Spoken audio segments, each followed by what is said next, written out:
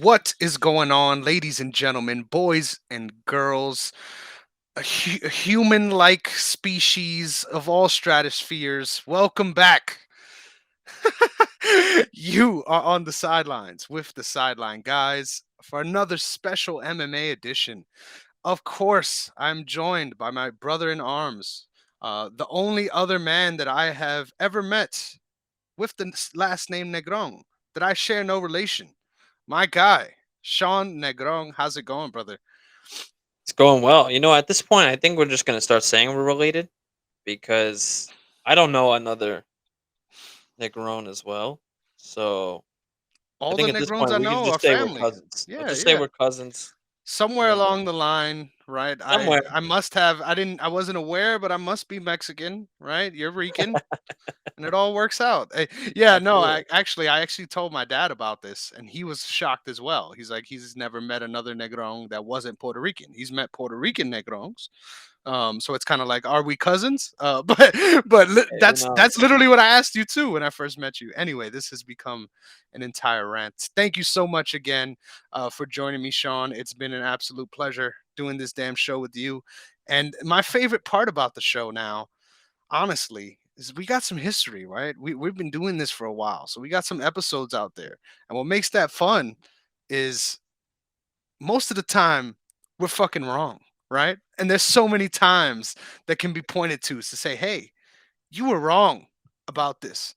And for the most part, about most things, we are wrong. But every now and then, above average, we have been getting things right, and I can't wait to talk about some of those things, even if we got the pick goddamn wrong. But of course, it's only right that we start the show by talking about UFC 292 and the star-making performance by Sean O'Malley. I think it's very appropriate that we start there at that fight. And thinking back on how we did throughout let's start on the card, actually, right? Thinking back on how we did on this event and the picks challenge, I gotta say 9-3 for both of us.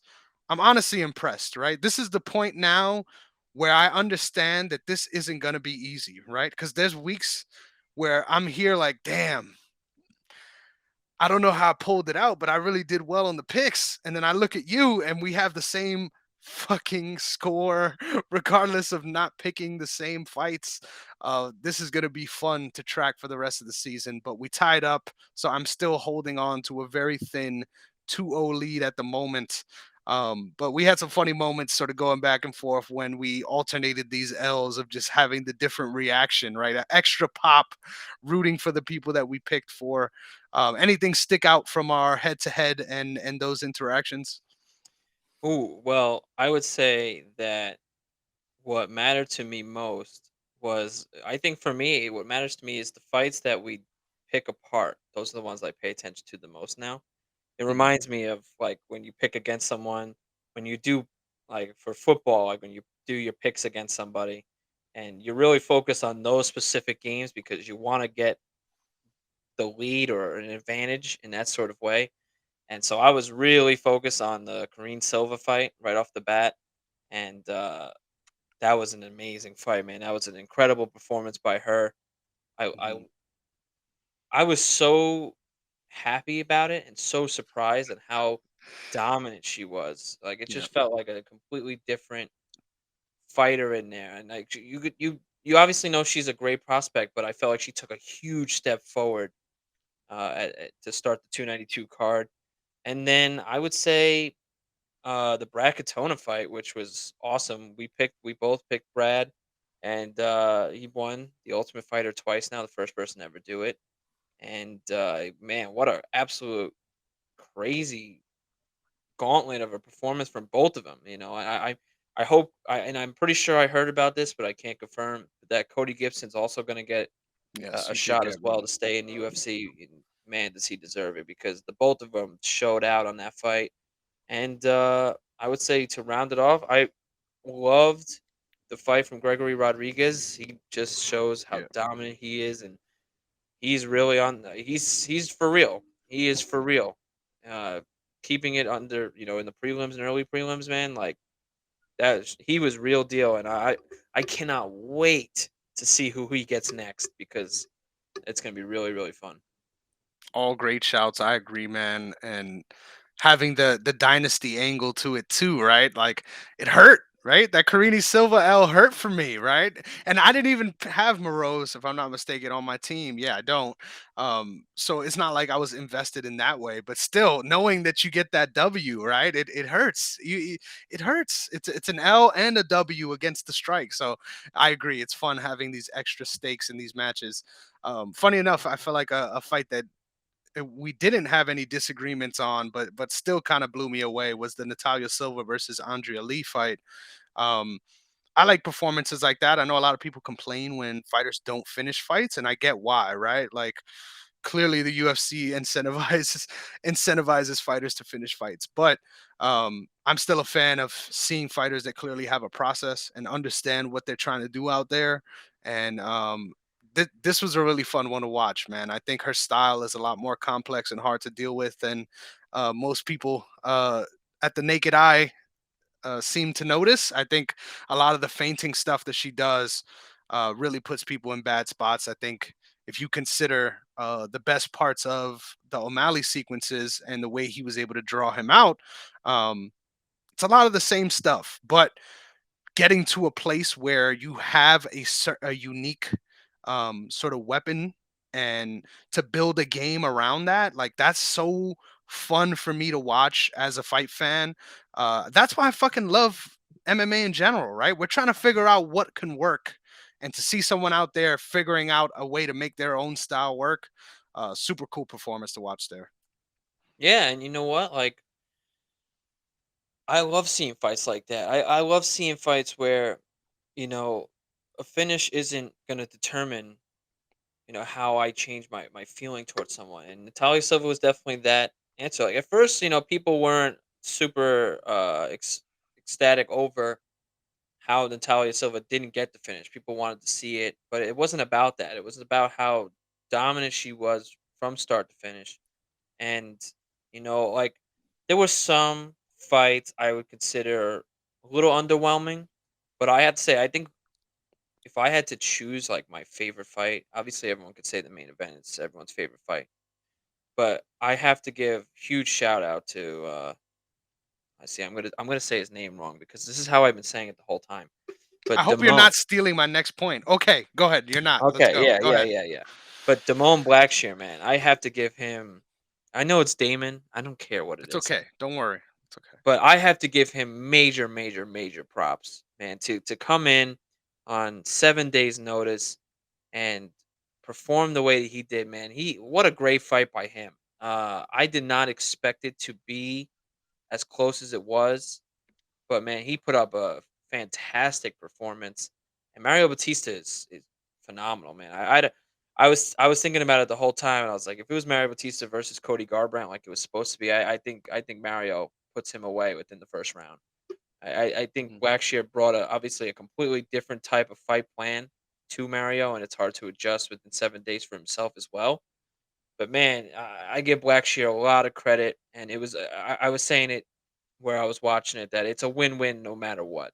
Even with the loss, it's a win for him. His stock's gonna go up, and what an absolutely great performance. And obviously, like I'll let you get to your point, but I got to give it to Machado Gary with that We're incredible gonna get performance there. as well. We're gonna get But there. I'll, We're I'll gonna let talk you in take it depth from about here. that. I'm Yes, excited. I'm excited. A lot of storylines coming out of this one, which you love absolutely. to see. You love to see from these pay-per-view cards. But I agree with the point that you made about that Blackshear Bautista fight. I had a lot of fun watching that one. Controversial here. I scored it for Blackshear. I didn't mind. Mm. I can understand it going the opposite way. Um, I feel like I don't care, bro. Honestly, I feel like a lot of people get really like pissy about the I you scored this fight for this person. I'm judging you, and honestly, I don't really care. Like I take it on a fight by fight basis, and it's a feeling, right? You feel these things when you watch these fights, and it was close enough that I wouldn't have been mad either way. But I was really convinced that Blackshear took the first two. The first round, what I would say was definitely the closest as far as arguing it. I think second round was definitely Black Shears, and that was exciting to watch. Right, just being that competitive against someone that I regard very highly, and just like you said, making you rethink their position in the division. Right. Unfortunately, he didn't come up with the W there, but like you said, it's never a loss in those situations, right? You weren't expected to win anyway, so to show out like that on 7 days' notice, super impressive. Um, Yeah, no, but I agree with you there because Blackshear had more takedowns and he had more significant strikes in every round. So, mm, if you're looking at it through like through stats, it's like you would think Blackshear would get the win, but when yeah, you're watching it through the naked eye, I did have Batista taking 2 out of 3, but it was a very, very, very close fight. And like I said, on 7 days' notice like that, that's an awesome, awesome performance. and I love that you give that shout too, because a lot of the times, like the random heavyweight weight bangers are the ones that get shouted out in these scenarios. But like these bantamweight fights, man, they're so competitive, regardless of if even if they end up not being close at the end. So the fact that we get these kind of fights evenly matched, where neither of these guys are sitting around on just waiting for things to happen out there. They're really trying to implement their game, and the things you get to see, especially the scrambles that when we got there, right? They're very brief. But when we got there, there was some really cool stuff to watch. So, but anyway, enough geeking out about that fight. My next point that I'm really excited to jump on, a low key banger on this card, right? Probably one that if I didn't mention it, we wouldn't have really talked about. But Andre Petrosky versus Gerald Meerschaert, Ooh, man. I'm glad you mentioned this. I think Meerschaert is honestly a way tougher out than people give him credit for. I think Yes. he's always live in these underdog scenarios. And I saw it teeter in that way, man. After round two, I came very, very close to live betting Meerschaert. I thought Petrovsky was fading. I'm glad I didn't, though. Strong performance in the third round to really edge that fight, in my opinion. Um, Crazy, though, right? Like it definitely gave me a little bit of pause with some of the striking exchanges, but I think I mentioned that on the show too, where I was like, I'm not sure on whether or not things can get sloppy in the exchanges later on, and Meerschaert might start tagging him. I'm not sure how that relates to his future prospects, right? But being able to gut through a lot of those submissions, being able to be in transitions with Gerald Meerschaert in grappling positions and not get caught up in anything for a significant amount of time, I think is a good look no matter who you are. And I just love seeing Petrovsky continue to really have a very high horsepower game. And although you're putting a lot out there, right? And we see him visibly get tired. It's not like he stops doing what he's doing once he gets tired. He's someone that, yeah, he's visibly tired, but he's still gutting through and doing what you need to do to win rounds. So I thought that was a really gritty performance there that says a lot about what he can withstand in a fight. Yeah, I'm glad that you mentioned that because that I wanted to say that to start the show and I completely forgot. Yeah, you know what the thing was is that I'm not gonna lie, I was really confident on Petrosky, and then obviously I chose him in my dynasty, and then you really saw how tired he had gotten. Probably around with 2 minutes left in the second round, or a minute left in the second round. He's looking at the clock every 15 seconds, but you know what? And people think like, oh wow, he can't do 3 rounds, but it's like no, it's because Mearshart's in there with him, and Mearshart is a dog. Like there's a reason he's had 52 or 53 professional fights. Yeah, He's been in the UFC for forever. There's a reason for it, and I to be honest with you, I was almost cheering for Mearshart. The fact that he had same. changed camps, he was trying to start fresh. He was trying Looks to. shredded. And he looked great, and he looked really good. I think he started off a little slow, and then he got clipped, and I think that kind of phased him a little bit. But Mearshart adjusted really, really well. The thing with Petrosky that bothered me was that he was throwing nothing straight. There was no straight anything. It was constant hook, left hook, right hook. He and that's where Mearshart like kind of moved his hands uh in a wider stance, and it was like there was so much opening going straight, but I don't know if the game plan was always to keep it to keep with the hook. Maybe they saw something in film, but man, I don't think I saw a single straight jab from round 2 or 3. And I do give Petrosky credit though because he looked absolutely gassed, but he kept going. He even attempted a takedown. You know, he uh, stayed away from getting submitted. There were two close calls there, and he done just enough, I think, to get the win. And I was fine with the decision.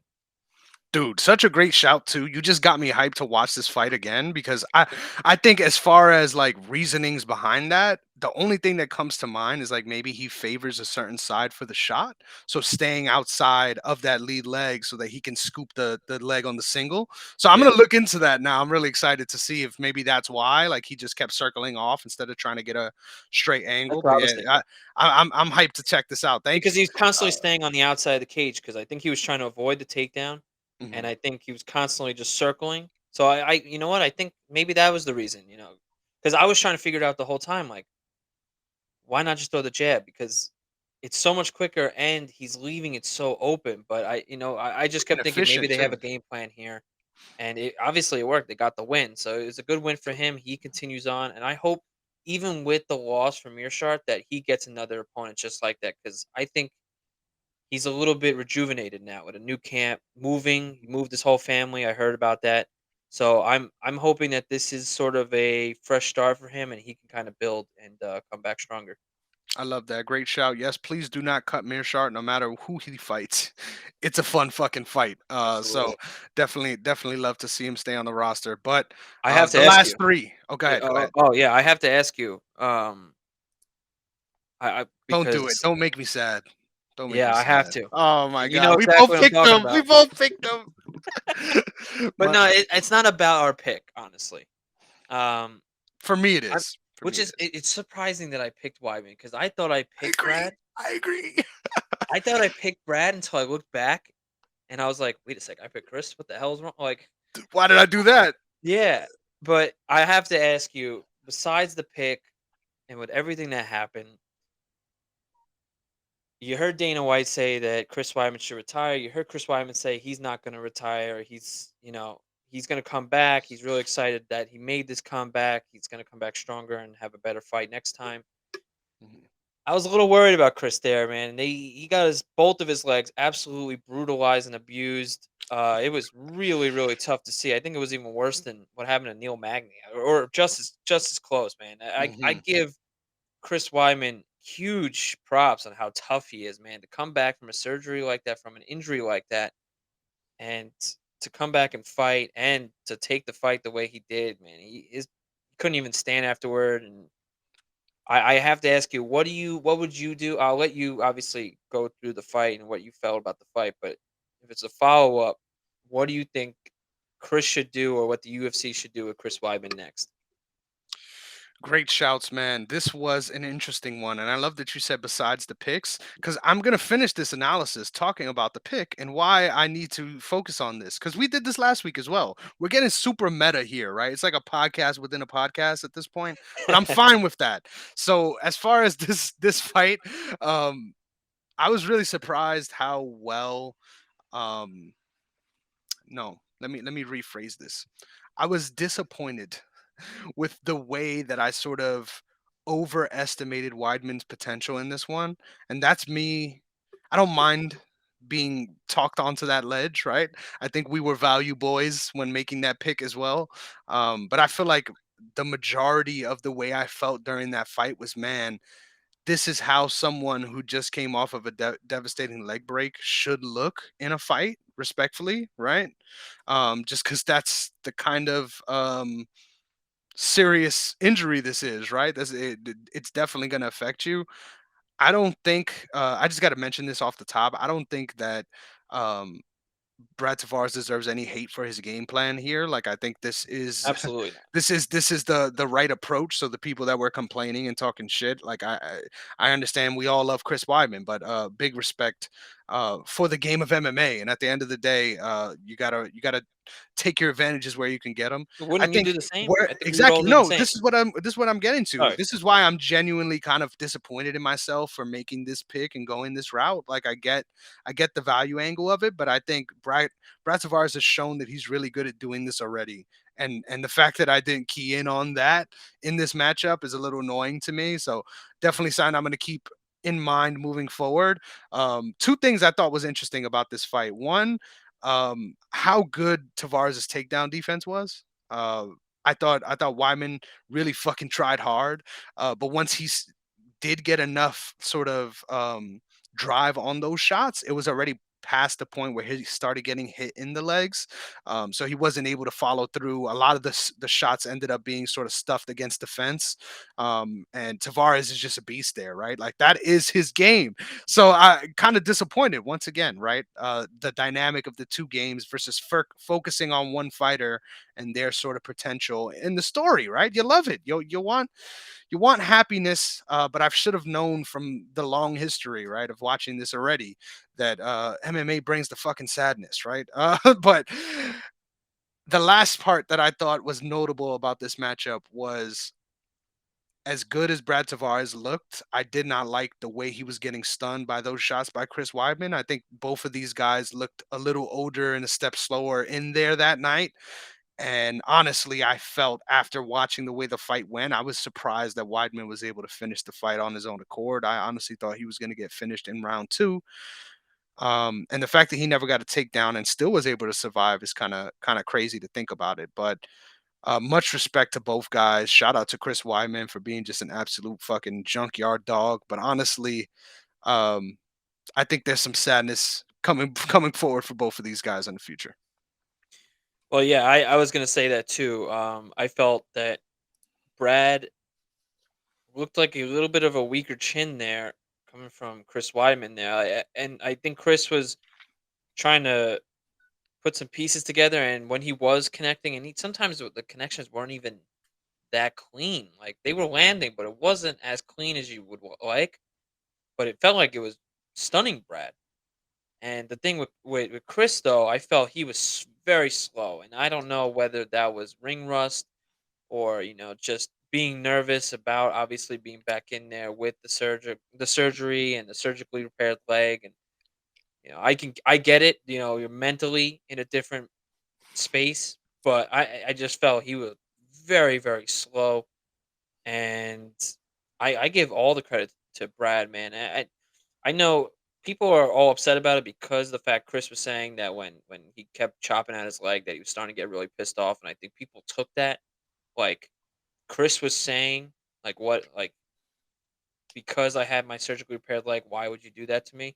No, no, Hmm. no. He was saying, like, damn it, like that was a good game plan. I couldn't adjust to it, and because he was beating up my leg, it was hurting me more, obviously because of the surgery.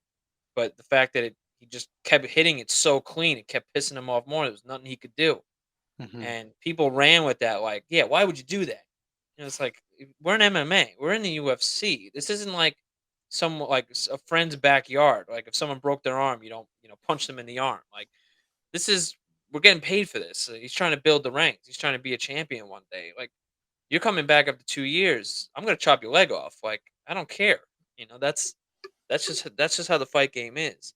But I gotta ask you to finish it off. What do you think the UFC or Chris Weidman should do next with him? Ah, that's a tough one. I mean, I know, knowing your affliction for watching these post-fight interviews and the pressers, I know you know that Dana White said that he would like to see him retire. I don't think he retires. I think he has at least two more fights in the UFC. I think the next one they'll try to get him someone of similar stature, right, and like position.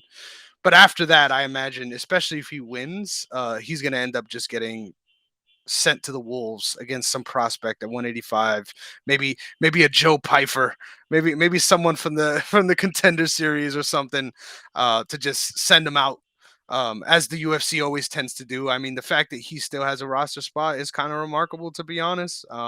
I don't imagine them cutting him because I know someone will pick him up and make some good money.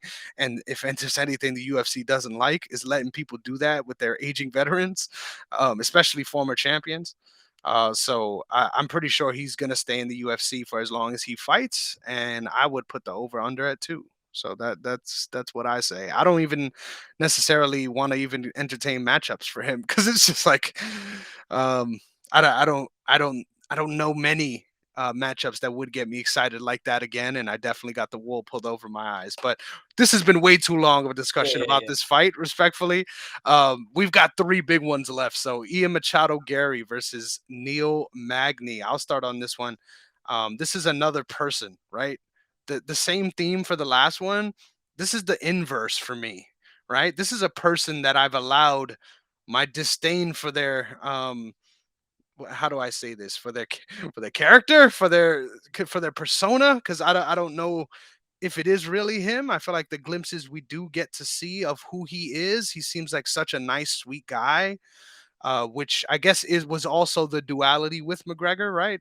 So I can't be too mad, I guess, trying to copy and paste on the McGregor stick, but it's so bad, and it makes me look at him differently. But I gotta respect the skills, and at the end of the day, the man just keeps getting better. I don't think he's an auto fade in my mind. The way I thought he was before. And I'm glad I picked him because of that, because I thought he looked really great.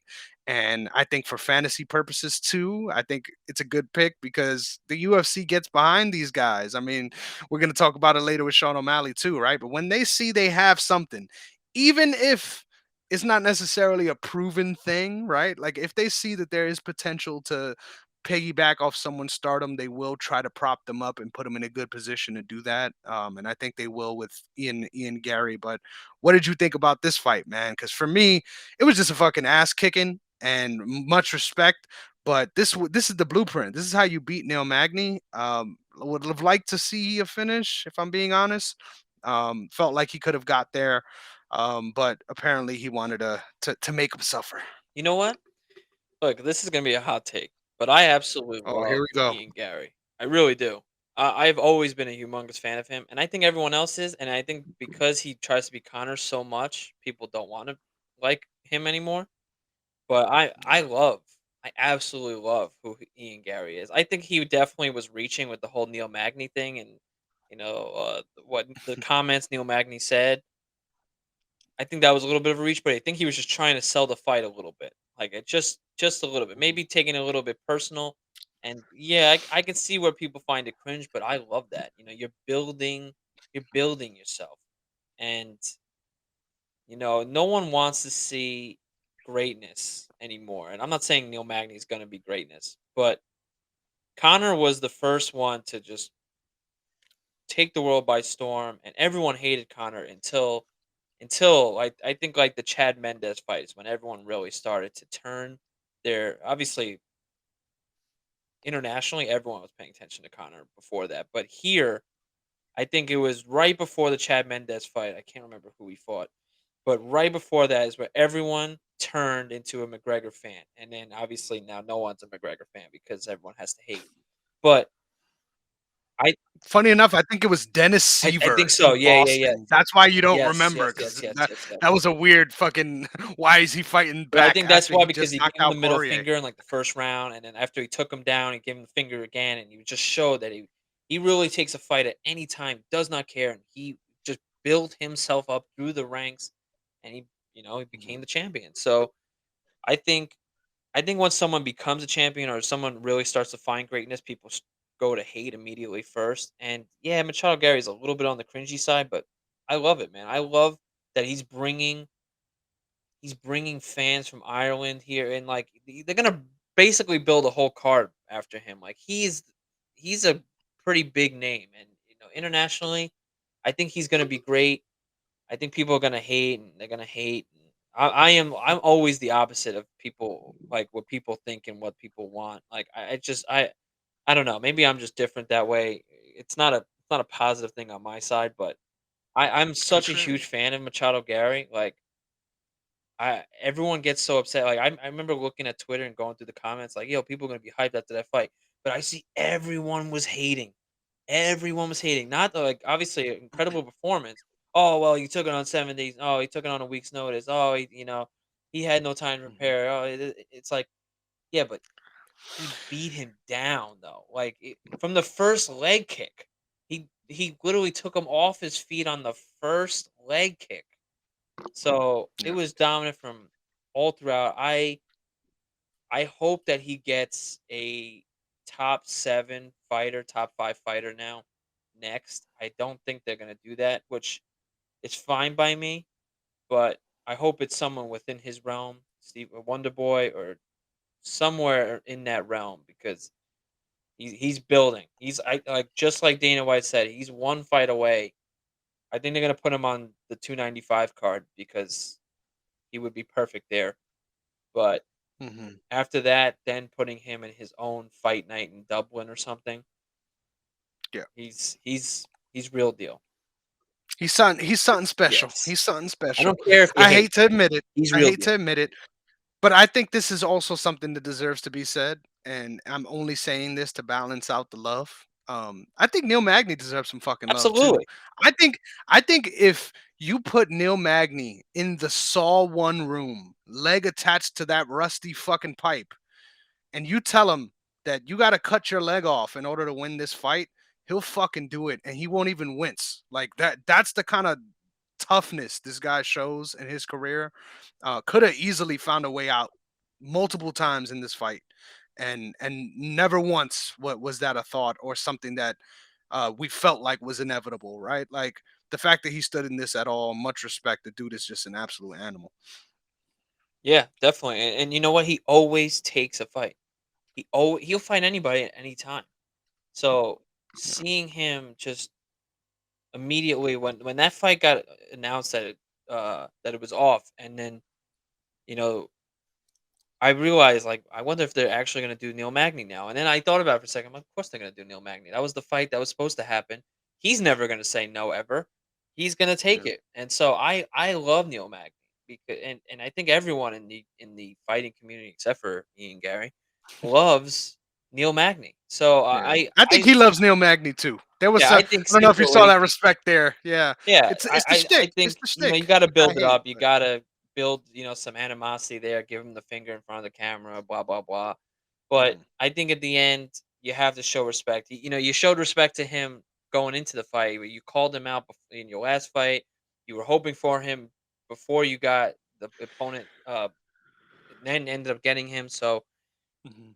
I think there's a lot of respect there. I think Neil Magny is going to be a fan favorite forever, and there's love for both fighters, like you said. Yeah, another guy that should never be cut. If he's gonna retire, Yes. just let him retire. At this point.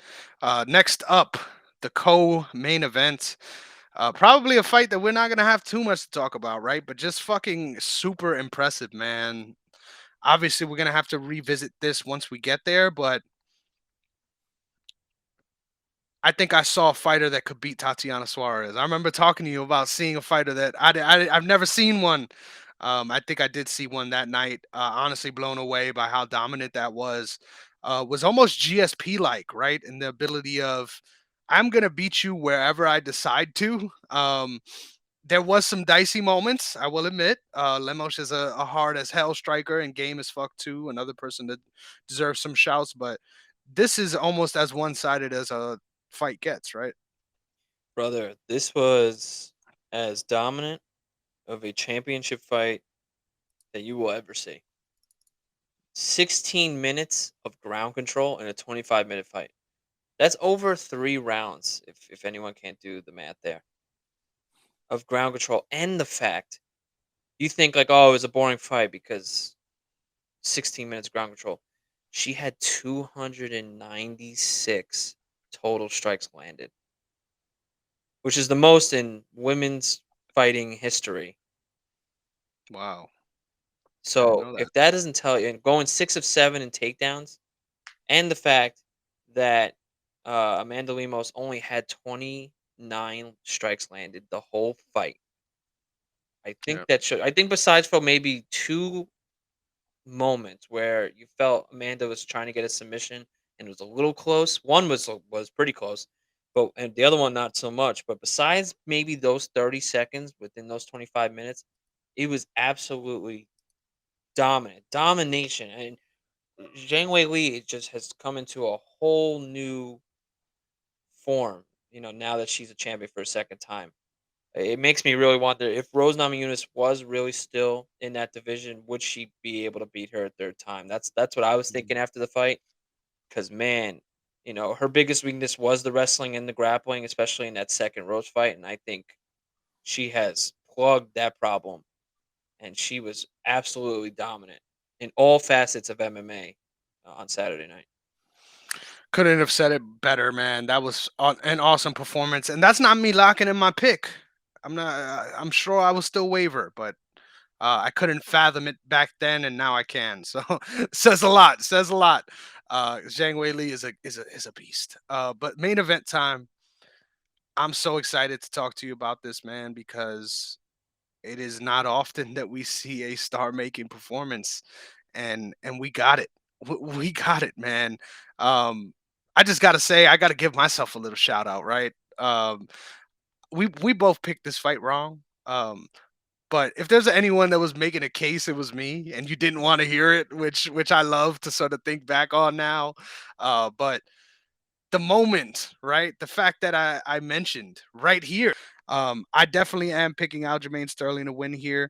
But I think is the world ready for a Sean O'Malley title reign? I don't think so. I think if he wins this, the delusional confidence, this is literally the second coming of McGregor.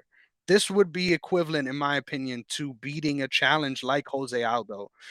And I would imagine the only way you're actually going to do it would be a similar way, right? Some sort of fluke, um, big shot, or a big moment that just changes the trajectory of the fight. But I'm not counting him out in this one. I can't. Not only well, if there was a knockout in this fight, that it would the situation would be compared to McGregor, right? There's already McGregor comparisons between Sean O'Malley. Uh, and it's funny enough that Ian Gary's also on this card too, because he wants to be compared to McGregor, but everyone is like, be yourself. But Sean O'Malley has always been compared to McGregor because he's actually McGregor-like in his rise. And comes with his own unique fan base. He's not just Irish. But literally, the fact that I mentioned on the podcast that once that happens, right? If it did, that's immediately what everyone will point to. But there's no way that I could have imagined the actual striking similarity, right? Just the same exact pull counter, just on the opposite side, right, with the right hand versus the left.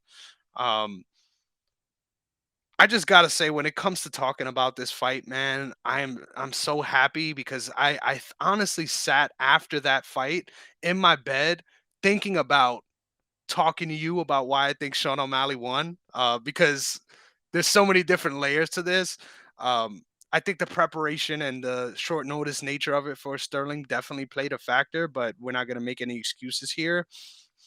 I think as a striker, the main thing you can ask for against someone that you know you're outgunned in when it comes to the grappling exchanges is to, especially if you know on the counter that you want to be on the counter, which is always Sean O'Malley's game, is you really have to force them to feel uncomfortable, right? To be in a position where they know what they want to do. They've been training to do this thing for 8 weeks, right?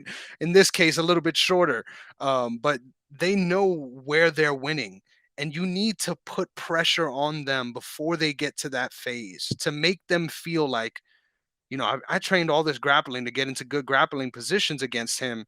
And we haven't even touched each other yet. And Sean O'Malley did such a good job of keeping him on the outside with feints and teeps and forcing him to sort of make a decision, right? And I think ultimately the way Aljo played round one was really good. Like I thought he did the right things, clearly won it in my opinion. And I mean, there wasn't a lot to score, but I think if you were giving it to someone, it would be Aljo. Ton of respect for understanding that you need as the star, right? As the person that everyone's coming to see, he took the fight out of the fight for the first round and sat back and made Aljo think about how he wasn't being successful, even though he was. Like after the fight, obviously you get knocked out, so I'm sure you have a terrible perspective on the things you did right and the things you did wrong because ultimately you didn't get the result you wanted. But I thought he did so well in round one at taking what was given to him. If you know that you're better than this guy on the ground, you don't need to put yourself in a bad position to get there if you're winning on the feet. Like, yeah, the threat is there. So I'm sure that plays a factor as well. But that's what I'm talking about. As a striker, you need to make that threat tangible to your opponent. Because if you don't, they're going to get to their phase. And from that point, you were expected to be dominated there anyway. So you really need to put it in their head before you get there. And that's what I think Sean O'Malley did such a great job of, forced them to chase them. And the fact that we got the same pull counter in a title fight years later and a star making performance, like the dude walked out to Lupe Fiasco's superstar, like that was a moment. And watching it, I was like, fuck, I should have picked O'Malley. Literally, I felt that.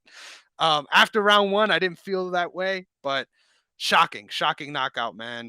The Sugar Show is here. I can't believe it. That is a moment where I think UFC fans in this generation will remember forever. I look at this as like for us it was Connor. Like if we really This is our this is Connor our moment, Connor right? moment, and now all the kid UFC fans that have coming in and are really obviously have grown because I feel like Sean O'Malley's kind of the perfect representation of what kids are nowadays. It's either Patrick Mahomes or Sean O'Malley. Like, it's so it really is how it is nowadays. And it's not. I'm not saying that in a bad way, but it definitely makes me feel old. But I think that's where this was that moment, and like with Connor going out to Sinead O'Connor. Unfortunately, she had just passed. Rest in peace to her.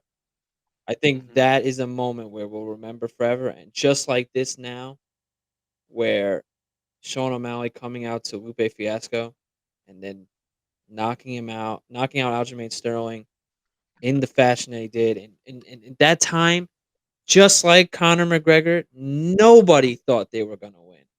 I think everyone in the Conor Aldo fight, 90% had picked Aldo. Aldo was unbeatable. And in this one, it's a little different because Aljo wasn't unbeatable, but it just felt Sean O'Malley wasn't at a championship level caliber yet, especially with his resume. The questionable decision to beating Peter Yan to even be a number two or one number one ranked, then number two. Like he went from unranked to number two so quick, and people thought, "Oh, okay, there's no shot here." But it was just so storybook, it was so perfect. The fact that the car was at Boston, to have Machado Gary, to have Sean O'Malley, like fan favorites were there, and it was just capitalized so perfectly. The night was so perfect that when that song came on, I just like you, I sat there with my friend and I was like, man, if I was gonna choose for O'Malley, I would do it right now because I love that song, and it's just when you hear that song, like, gives you the chills, like, you feel the goosebumps of, like, in the arena like that, and you feel like, the superstar really is being born right now, like, and so, with this, it's really exciting.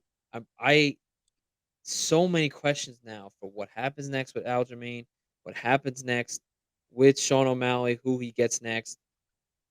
I believe it's gonna be Cheeto, even though he doesn't deserve it. But, like, there's a lot of fun now. There's a lot of fun here, and I think the people have the champion that they've always wanted. The kids who are between the age range of, like, 12 to, like, 20 are humongous fans of not Aljamain, but they should be, of Sean O'Malley, and I believe that now the whole he's gonna be not even a star, he's gonna be a superstar. You're gonna see him in commercials forever now. This is gonna be a moment to remember forever, and I hope he can build on this. Dude, I don't think it's ever been done. The UFC just straight posted the whole fight It after just the pay-per-view. shows. It just Literally. shows how much It, they're just all in on this, and yeah. that's why I think the And can you Cheeto blame fight them? is definitely Can gonna you blame happen them? because I Yeah, I think I think there are still fighters, to be honest, that are better than Sean O'Malley in the bantamweight division, for sure. and Which is why that Cheeto fight should not happen. I but I agree. think that's why it's going to happen because I think Sean For O'Malley sure. is better than Cheeto right now. I think Yeah. At first it was a really close fight, not close fight. It was a really good fight when it was happening. That the rivalry was there. Obviously, him dyeing his hair in Colombian colors, like the it was real. And Yeah, now that was a with great. Cheeto's performances, especially in this card, I was a little underwhelmed. I still feel his. We didn't even talk about it. Sure, you know what? Let's talk about it right now. Let's Okay, I wasn't let's ready. talk about it real I was just quick. trying to emphasize how quiet it was, right? We Yes. didn't even talk about it. We talked about fucking Mirshar Petrovsky.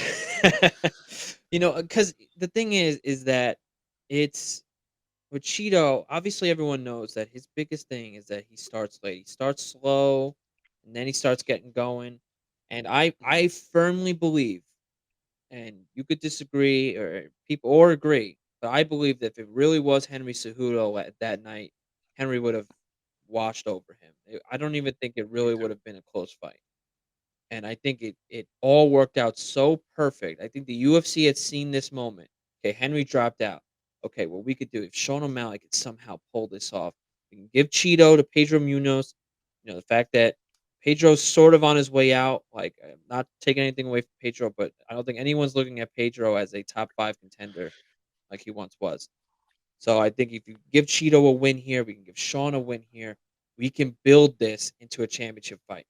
We can have Corey Sanhagen wait on the sidelines here, but we can also, bring in Nurmagomedov and kind of get him getting going. We can get Peter Yan out of freaking cryo sleep. I don't know where he is.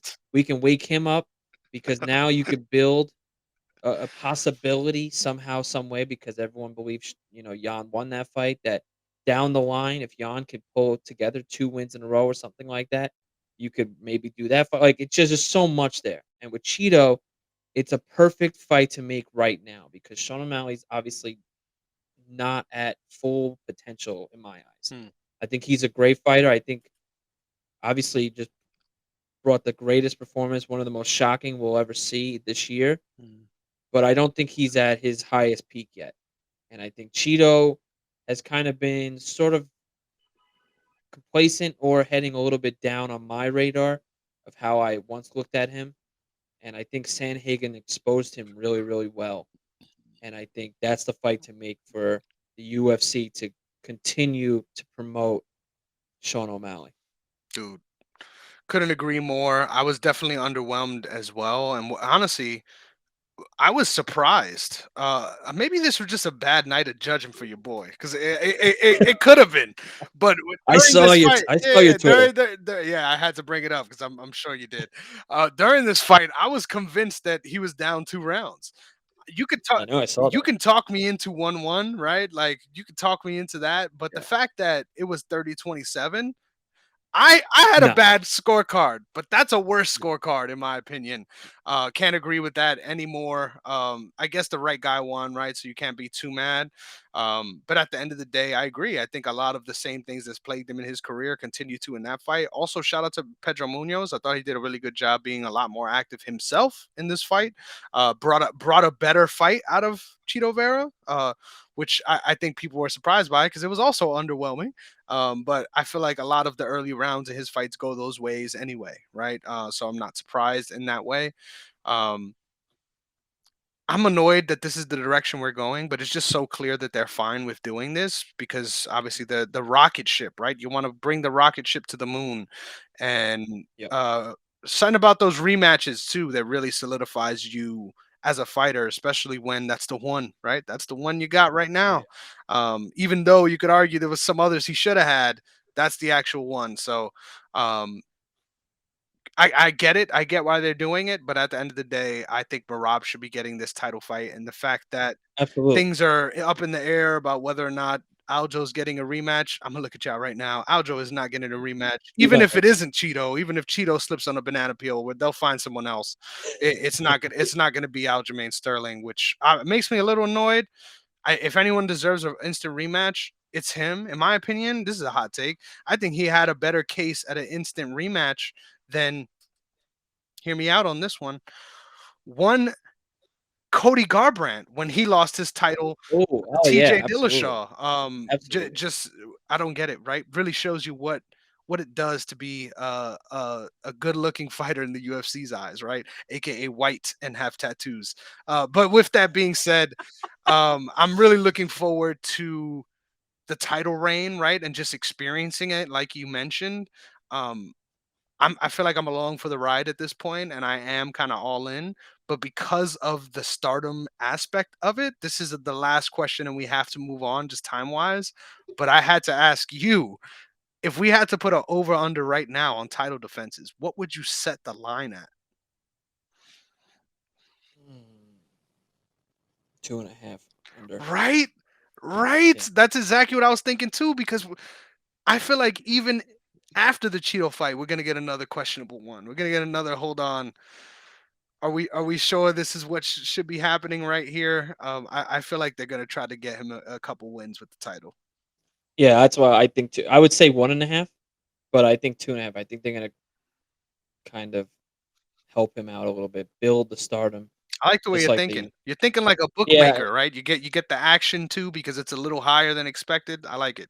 I have to say I'm not the greatest at picking fights here, but I have to say that maybe you can agree with me. I think I'm pretty good at matchmaking. Like I feel like I Yep. have a pretty good idea of what Sean Shelby and Hunter are up to because it seems like you could kind of tell what they're gonna do, and I right now I just don't see a way where Sean's gonna beat Henry or Marab or Nurmagomedov or even Sanhagen. They're all waiting. The four of them are foaming at the mouth, waiting for the call, hoping one of UFC calls one of them, but they're not. They're gonna call Cheeto first, Mhm. and then whatever plays out between those four fighters, they'll find the easier one to get continue to push Sean O'Malley as much as they can, Mhm. and they got to give him more and more championship experience. So yes, I agree with you. Oof. I love it. Great night of fights, man. Awesome, awesome fight card, right? Unexpected. I thought it over delivered. Honestly, I thought it was a Yes, it low did. key banger. I thought it was a low key banger. Yes, So it shout out did. to UFC 292. But we got another awesome fight card to look forward to. This one kind of snuck up on me here, right? Especially some of It's the so undercard exciting. ones, right? Like there's some fun fights on this card, man. Holloway versus the Korean Zombie in Singapore. Really looking forward to this fight card. And you know what's the most heat, the most excited thing I am for this fight card? It's a matinee, baby, on the East Coast. This one starts at 10 a.m. So Oh, I didn't even know that. yes, sir. So we're Look in at for an you. early night of fights, which I Let's always go. love, right? I always love having a uh when your night is done as far as your obligations at like 5 p.m. It Oh, feels it's beautiful. amazing, right? Because now I can actually do something with my Saturday. Shout out to all you normal people that go out on Saturdays, but um really looking forward to this fight, man. Right on this card. Actually, actually has me more hyped than I'm willing to admit. So we've got Sung Woo Choi at minus 150 coming up against Jarno Aaron's at plus 150. So just wanted to mention we get all of our odds from Best Fight Odds and we are listing the best price. So good luck finding these lines. Make sure you go to Best Fight Odds to try to find which house has these numbers. But with all that being said, I'll start this one off. Didn't understand really when I first saw this matchup why the lines were the way they were.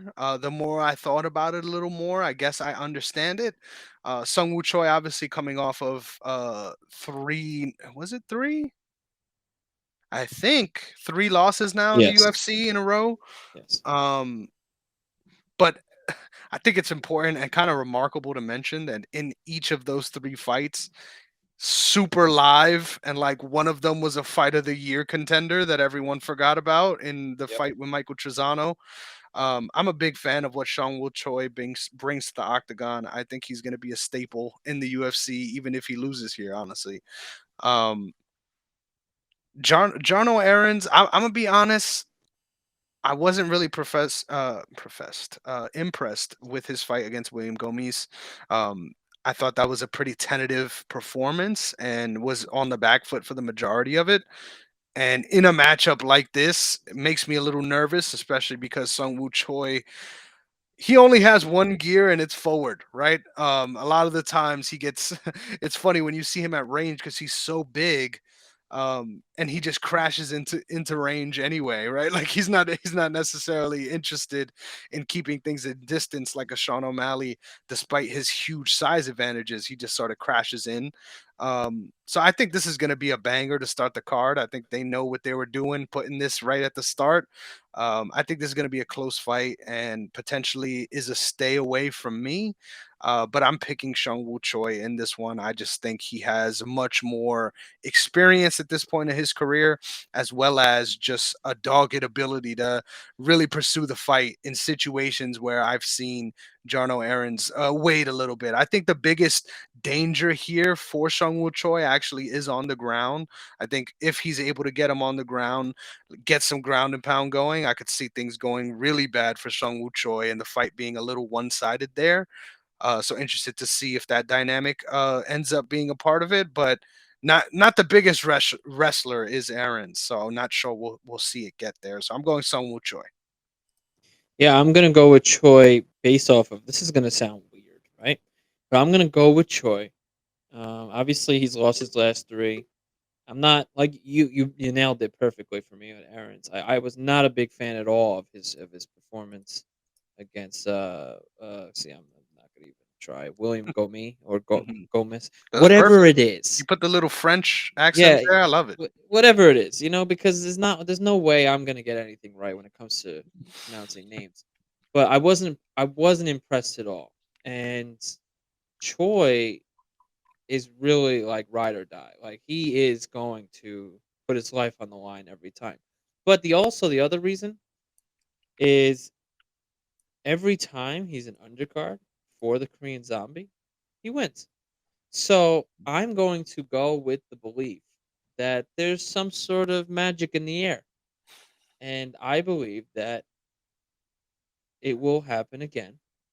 And he will get a nice dominating victory. I'm not going to say dominating. I'm going to say knockout victory. I'm not sure if it's going to be a dominating fight, but I'm going to say a knockout. It's going to be close, but I'm going to go with Choi as well. I feel that his experience, I think this is like a seventh or eighth fight now in UFC. Been here, he's done it. He's literally has been on cards with the Korean Zombie headlining it multiple times.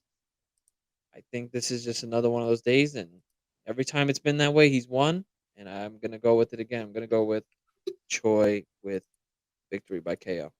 Yes, sir. Next up, we've got Na Yang coming in at a plus 470 underdog, coming up against I'm just gonna fucking say it.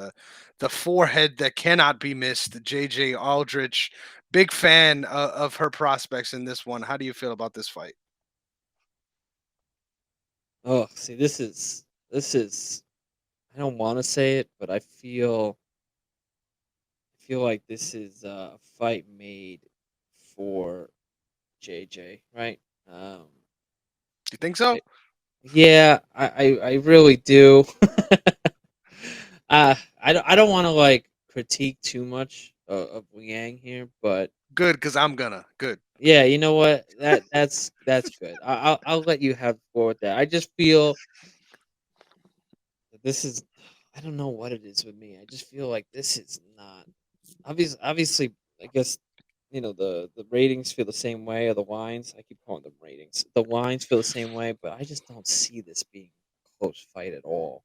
And I think this was like a fight made to get JJ Aldrich back in the win column, and I think that's exactly what's going to happen.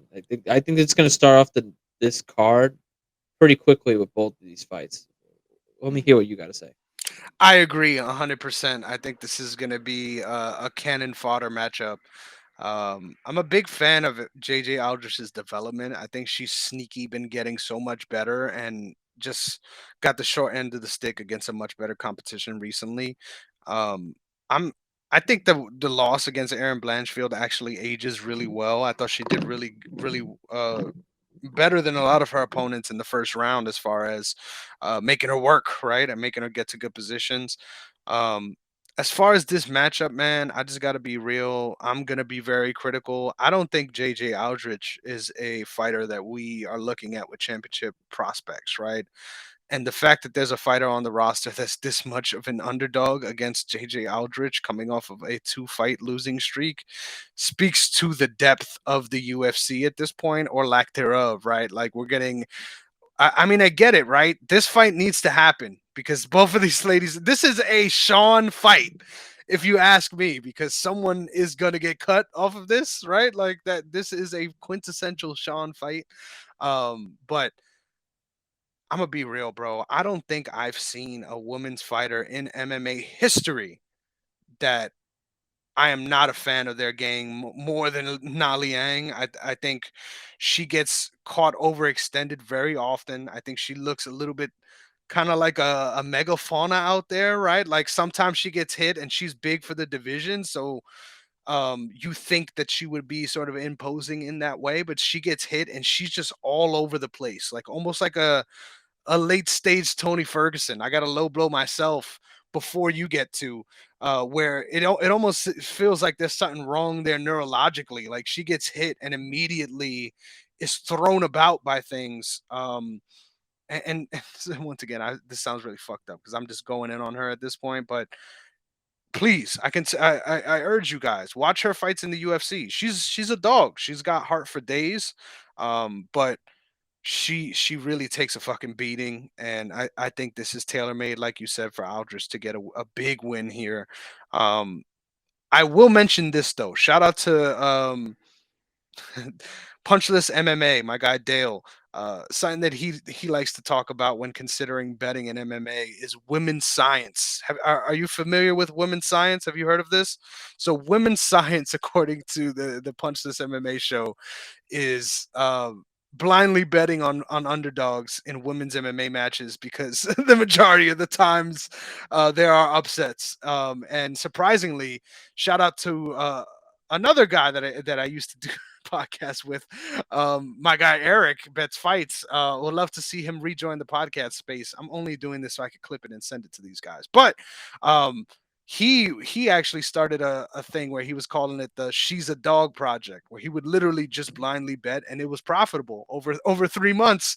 So the interesting angle, right? Just considering such a big underdog, you might want to throw a dollar that you don't mind not seeing again on the fight just cuz. But I'm very confident in picking JJ Aldridge. I'm curious as to what you're talking about here, but I know I've never heard of that. But now you're gonna have to show me off air what this is. Got you. But But oh yeah, we you got know we what? got our You picks, take it. brother. You take it here. It's You that take it here. time. It's that time. Next up, It's I love that you threw this one at me, right? Because this is probably, if I'm being honest, one of the harder fights on the card for me to get a handle on, right? That's right. We've got y- this is one of the harder names as well. See, this I think this is why you did it. You threw it to me because of the That is why names I did it. and not the matchups. Literally, we've got Yusaka Kinoshita Damn coming up it! That's how I against. was gonna say it. Nice I job. got it right. I didn't do too bad. Coming up against Billy Goff. Both fighters, unfortunately, in a position where they had one of them had their UFC debut and wasn't able to come on top. The other coming fresh off the Contender Series after having a canceled bout fall through with Thimba Garumbo. Shout out to him. Wholesome MMA content if you want to see of The Rock gifting him a house. So check that out if you get a chance. Anyway, unrelated fighters aside, um, I like Billy Goff's game. I think he starts out fast. Oh, let me mention the lines as well. Minus 135 for Kinoshita, as well as plus 125 for Billy Goff. Um, I think this is just going to be a scrap, right? Like let's just leave it at that. I think this is going to be a scrap. I think both of these guys really put themselves out there in a way that can get them in trouble. Once again, this is one of those where I feel the matchmakers knew what they were doing. If you just look at these guys' tapology pages, man, it's nothing but finishes on both sides. This is going to be a war. But I'm gonna be honest here. I think people are gonna be shocked with how big Billy Goff is gonna look in this matchup, especially as an underdog. So give me Billy Goff at plus 125. That's who I was gonna take. Damn it. Damn it. Yes, I am a big believer in Billy Goff here. I believe, even though this card is not built for him to win, it's so to speak, based on where it is taking place. I believe that Billy Goff, though, comes in and he's a bigger fighter, and I was a big fan of his debut. I think that this is not lasting 3 rounds. I just don't see it. That's Two. Fuck that. Two. This ain't lasting 2 rounds. there you go. See, that's what I mean. I believe that this is going to be a banger. This is probably one of those ones where we look at where whoever is talking at the post fight press conference, and they announce who gets bonuses. One of these fighters are getting a bonus. I think that's what's I going to like happen that. here. Someone's getting 50K at the end of the night extra, and I'm gonna go with Billy. I'm a fan of Yusaku. I am, but Mhm. in I believe in what Billy can do. I believe in the hype of what Billy has shown, and I believe that he is going to thrive in uncharted territory, and I believe he's going to get a nice win and continue the streak. I like it. I like it. I just really think Usaka is really undersized for welterweight, but Yeah, yes. that's another discussion That's what for I was saying. another I day. think he's just a bigger fighter, and I think that's going to definitely play a huge role I as love it. well. I love how somehow we were able to get some analysis out on this fight. Next up, Kenan Song coming up against Rolando Bedoya. Shout out to Peruvian MMA. It is on the motherfucking rise, man. Bedoya minus 275 favorite with Kenan Song coming back at plus 260. Kenan Song has fought the better competition. I think Kenan Song is a much more dangerous striker. Hot take. I loved Bedoya's fight against Chaos Williams. That was super fun to watch, man. Such a fight back and forth. I'm pretty sure that's why he has the big tag here as a favorite. Um, a lot of people felt that he won that fight, me included. So I'm really excited to see this matchup. Honestly, as far as this matchup goes, I think some fights you got to be willing to look. How do you say what's this phrase? Um, to look past the grass to see the trees. It's something like that, right? But you got to look past the obvious things and try to understand how this fight is going to play out. I think Bedoya is really good at staying on his offense and really putting guys in a bad position where they're working from behind. I am really scared of this fight because I swear to God, Keenan Song is a live underdog here, despite the big number. I think he really has some of the strongest. This is a hot take right here. I think he has some of the strongest striking in the UFC as far as power and seeing the way people react to his strikes. He does not look like a physically imposing fighter necessarily, and I don't know if that's me slightly being racist to the Asian communities, but I really do feel he has shocking power that doesn't really make sense optically. Which makes this fight a little bit more dicey for me, but I have to go with Bedoya in this one just based on the upside. But it's making me nervous. It's making me nervous. I am going with Bedoya as well. Damn it, man! I just wish you would just not choose this. Just You stay felt you away felt from it. the you felt the contrarian coming. Yeah, I was close. I swear I was close to picking it, but But and the reason why is because for multiple reasons. One, to get the obvious out of the way, Song doesn't really last too long in fights. Obviously from his resume, this man's a poet but and he even know it. but for Rolando puts on a lot of pressure, and you know what that his last fight where the split decision loss. I there were a lot of people who thought that he won that fight, and I do think they got it right though, honestly, but. It Hmm. was a really close fight, but there was a constant a lot of pressure, a lot of fights. I mean, a lot of fights. Yeah, yeah, yeah. A lot of action in that fight, and I feel with Song, even in his wins, obviously most of his wins, I think, if not all, have been by knockout. But in his losses as well, by decision or by knockout, there are times where he just seems very uncomfortable, and it's very flip flop with him, where he's either on target and he can capitalize, and you could see that they're fighting his fight, or when he's not able to fight his fight, it's a very awkward fight for him, and it's just clear that he is very uncomfortable being in there, and then obviously it ends up getting taken advantage of. And I think Rolando is just so intense that he's going to take that, even though he got that loss. I think he's going to take that same intensity and rebound and get a very very nice win against Keenan Song. Whew. I love it. I love the analysis, man. I can't wait to hear you say these guys' names. This next matchup, we've got Chitty Bang Bang and Kawani, one of my favorite names to say in the entire UFC. But then one of my favorite fighters of all time, someone that I will always, to this day, shout out to Deontay Wilder. To this day, I will always make sure to give him shouts when talking about other matchups and other fights, just because he's one of my guys. Not a lot of people won't understand, but he's one of my guys. Michal Oleksiejczuk. How do you feel about this matchup, brother?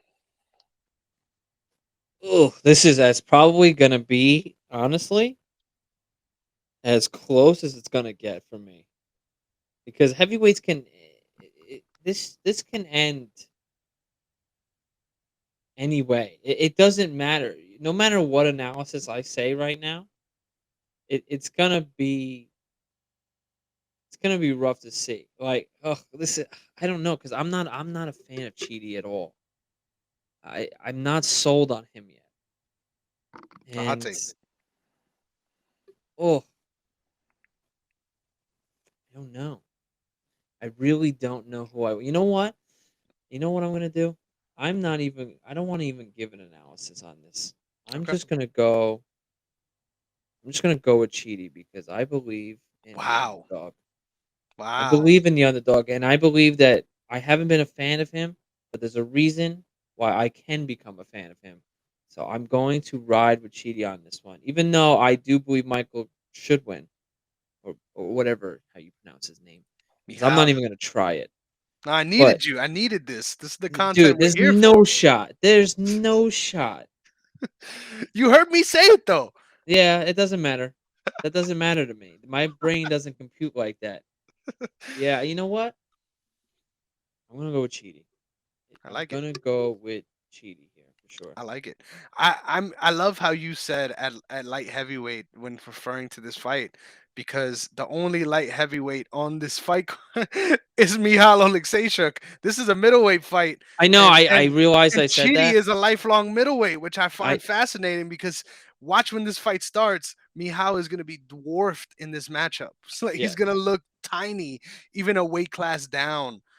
Shout out yes. to Michal, man. Once again, just a level of respect that not many fighters get from me, just being willing to say fuck it, I'm just gonna fight these dudes, and somehow having insane power when being just comically undersized at light heavyweight. Please, I urge you guys, watch his fight against OSP.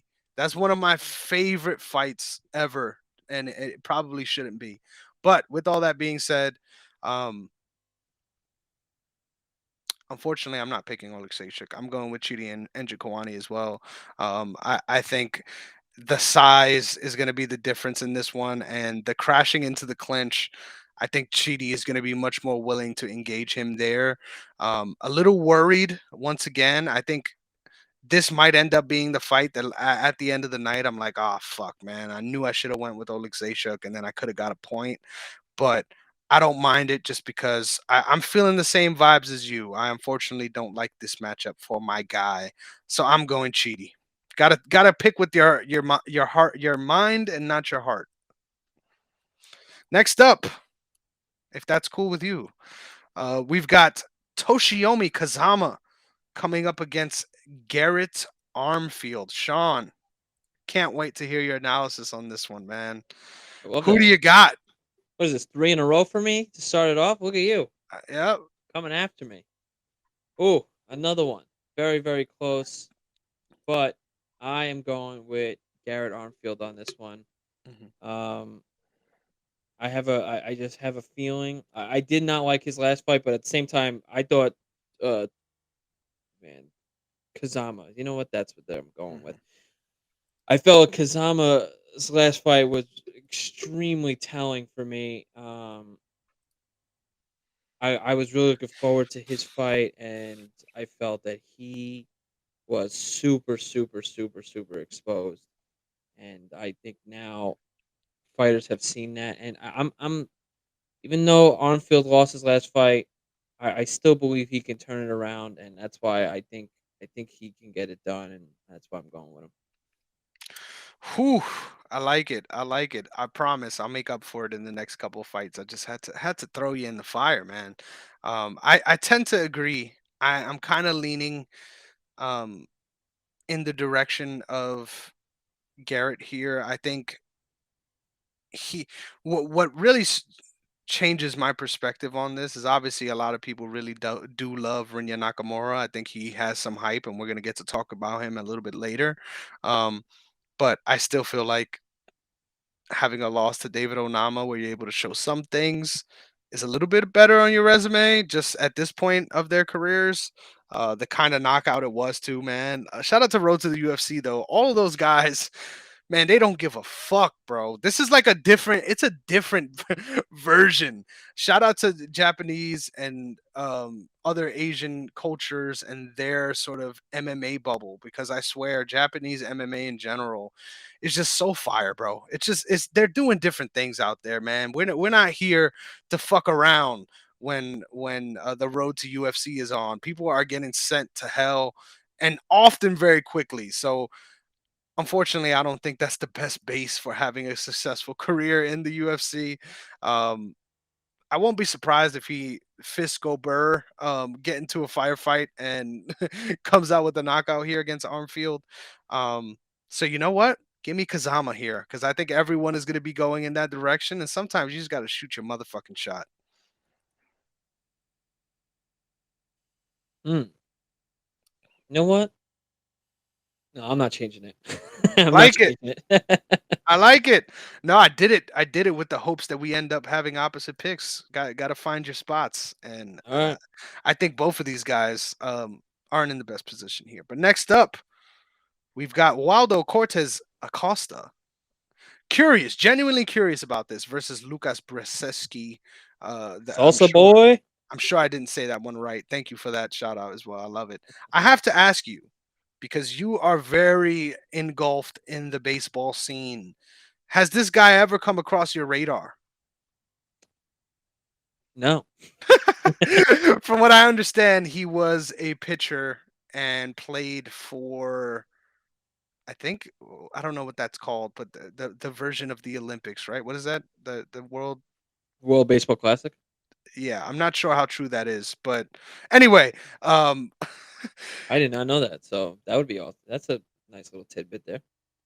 yeah, it was a pitcher. I know he was a pitcher for sure. But anyway, and played for his country. But anyway, um,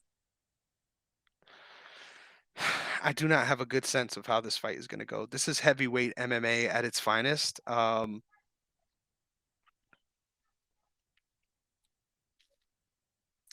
I'm not gonna lie, I haven't been impressed by Waldo Cortez Acosta. Like, I would not put him in a parlay. I would not put him. I wouldn't play this fight at all, to be honest. But I will be picking Waldo Cortez Acosta. I haven't been a fan of Lucas Brzeski either, and I think just his sheer size. I don't really understand respectfully how Brzeski is a heavyweight and how he maintains. Like, I get he is tall, but I feel like he's much more suited for light heavyweight potentially. I mean, his losses are against Carl Williams and Martin Buday, right? Like these aren't bigger heavyweights, and a lot of the times they're close fights. Don't get me wrong, right? He's in the fight, but not really able to accomplish too much on that end. And I think just Cortez Acosta's willingness to continue to engage is going to wear down on Brzeski. So give me Cortez Acosta by decision. I'm gonna go super MMA contrarian here because nobody wants to see a heavyweight decision. Yeah, I happen to agree with you. I was gonna go with Salsa Boy. I'm a big fan of him when he's doing his own when he's fighting his own fight. I felt in uh the Lima fight that he was not himself in that Mm, fight, and even though I felt that he striking wise was great, the takedowns were really the concern for me. But I felt like he was himself in the Chase Sherman fight, and for me, I have not been a fan of Brzezinski at all. Like it just I think he's a good fighter. It has not hit me on my radar to be like, okay, this is the guy I want to pay attention to because of XYZ. And I believe Salsa Boy is he's a, he's gonna get a nice keep it PG here.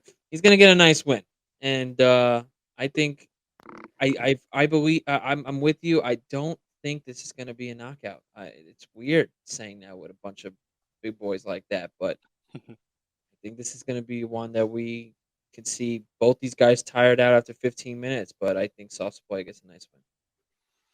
I love it. I love it. Next up, we've got Junior Tafa at -140 coming up against Parker Porter at +130. Thickums himself. I love me a heavyweight, a back-to-back heavyweight affair. This is the 100% the go smoke a joint section of the card for me at least. Cause man, this is gonna be rough. This is gonna be rough. These last 2 years are gonna be rough. Um, as far as this matchup, it's kind of funny, right? Parker Porter last loss against the other Tafa brother. Now coming back in with the other brother, who's looking to avenge his loss against Muhammad Usman. All the brothers are involved in this scenario, which is pretty funny. But I really like Junior Tafa's game, man. The guy is slick on the feet, and of the Tafa brothers, he is, in my opinion, the more fleet of foot, the more nimble striker out there.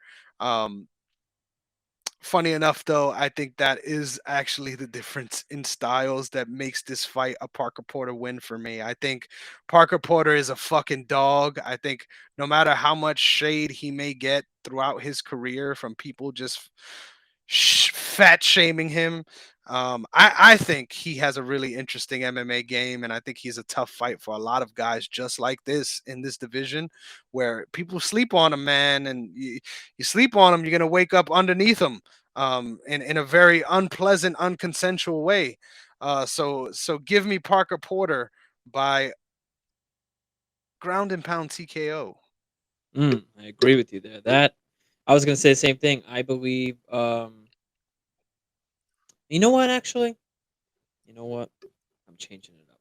Whew. Well, actually, you know, now I'm bouncing back and forth here. You know what? I'm not because I can't. I have to stay within realm. I was Okay. gonna go with Parker Porter. I was kind of hoping you were taking Tafa here because of the maybe he would get another win with the brother and obviously all that. But I believe Parker Porter and his history. He's been here a while now, and I Mhm. feel that he has done well against. I don't want to say lower end fighters, but I believe that he's had a really tough time against. We just talked about a couple weeks ago with Chris Dawkins, and then obviously with the what we're seeing with Jalton Almeida, like how dominant he was against Parker there. We all remember that fight very very well. I think that was the first time we started doing picks was that card or Mhm. one of those cards if I remember correctly. Um, but yeah, you know what? This is such a tough one because I want to say Junior, but you know what? I believe in Parker, but I'm going with Junior. I'm changing it all up because this is so 50-50 for me. I really think Parker should win, but at the same time, I want to believe in the brother here. So I'm going. There's some brotherly love going on over here. I'm going with Tafa here. I got to change it up. We're picking too many of the same. I love it. I love it. I love it. I really thought you were gonna go Parker Porter with me here, and it kind of made me sad. So thank you. I needed this from you because I was You're not gonna welcome. I was not gonna do that. I was not gonna switch for you. Next up, I'm ashamed. I'm ashamed. I might even say I'm disgusted because this should be the co-main event of the night. This should be Absolutely. the co-main event of the night. This is a number one contender fight, if you ask me. Erin Blanchfield, the future herself, coming up against Talia Santos. Man, this is a banger, right? Like, I love that this fight was originally booked. Well, I don't love that people had to pull out, right? But I love that they kept the fight together. Sometimes fights have momentum, right? And you gotta see them through, even if we get them at a later date than we expect. Man, I'm so excited for this fight just because it is a grappler versus grappler style. As much so that I think we're going to get at this division at the moment, right? I think a lot of the people joining this division at the moment are really striking based. The biggest test, in my opinion, for Blanchfield as far as her grappling and her expertise, right? So could make for a very interesting fight on the feet in that scenario. And I think Talia Santos is live in those scenarios, man. I really like her striking as well. I think she's very tight, very basic, but it's effective, and it leads people to be a little bit cautious on the outside, and that helps her work with her game as well, getting some leg kicks in, and then working her way towards clinch positions. I think as far as the way I'm looking at this matchup, I'm trying very hard to not make it obvious that I am a Blanchfield stan. Like I think I think I'm doing a good job here so far, right? But buckle in because my pants are at my ankles. I am such a fan of everything that Aaron Blanchfield does. Striking, she surprises me often with how good she's getting. Was just blown away by the Jessica Andrade performance because I really did not expect her to continue to be coming along in those ways. But once again, when you got a dedicated athlete learning the different aspects of MMA with a very confident base, the sky's the limit, man. And I think Aaron Blanchfield is book it a champion in this division. I don't see who the hell is going to beat her, let alone it being this time. So give me Aaron Blanchfield. She should be minus 200 if you ask me. Yeah, I am going Erin here too because I believe she is the future of this division. And I Whew. think Talia put up a great performance in her championship fight against Shevchenko. I think it was a lot more surprising than I thought it would be.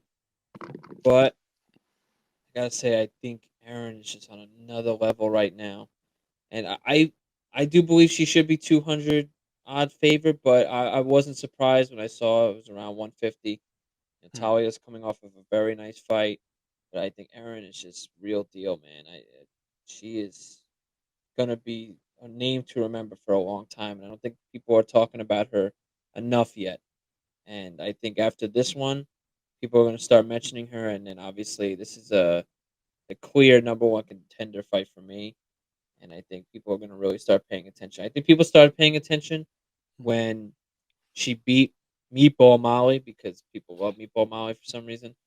But I think after that, and then obviously the Andrade fight, people were like, "Wait, oh, she is real deal." Even though she showed she was real deal, even when she beat Miranda Maverick, I think it was right. I think that's Hmm. what it was.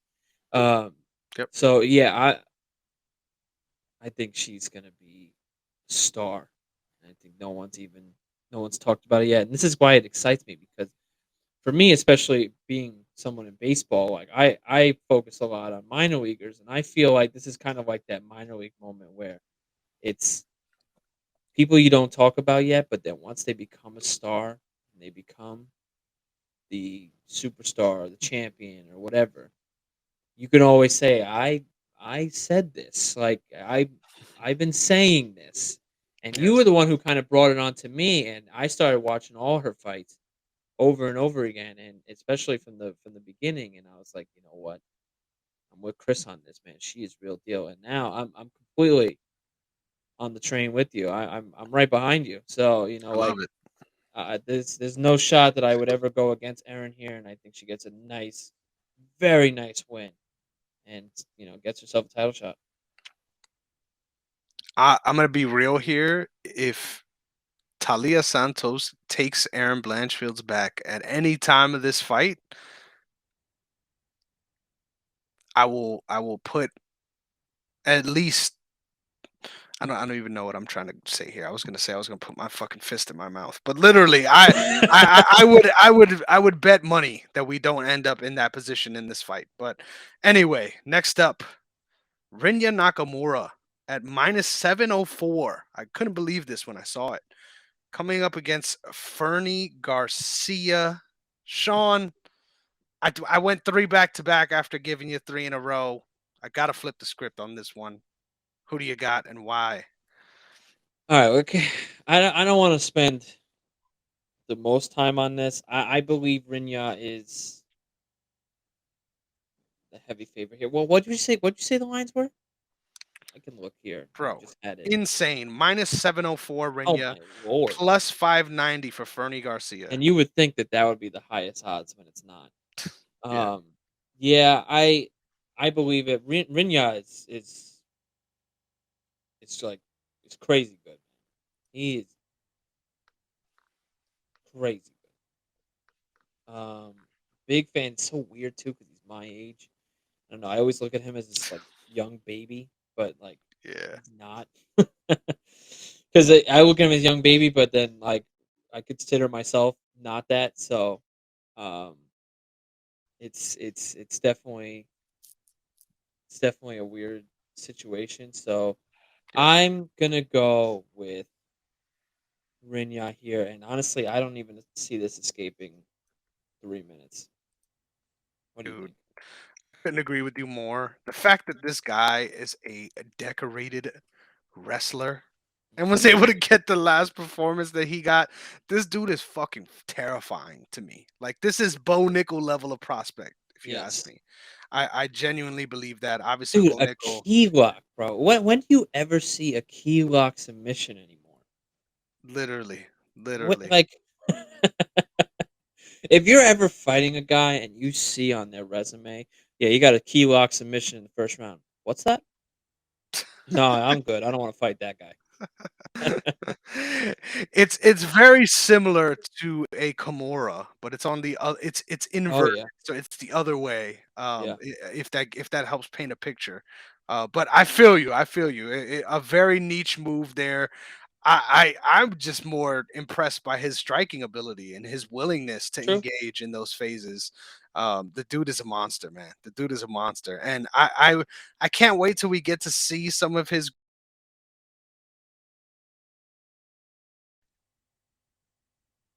I can't wait to see his grappling in the UFC versus just obviously the road to UFC performances.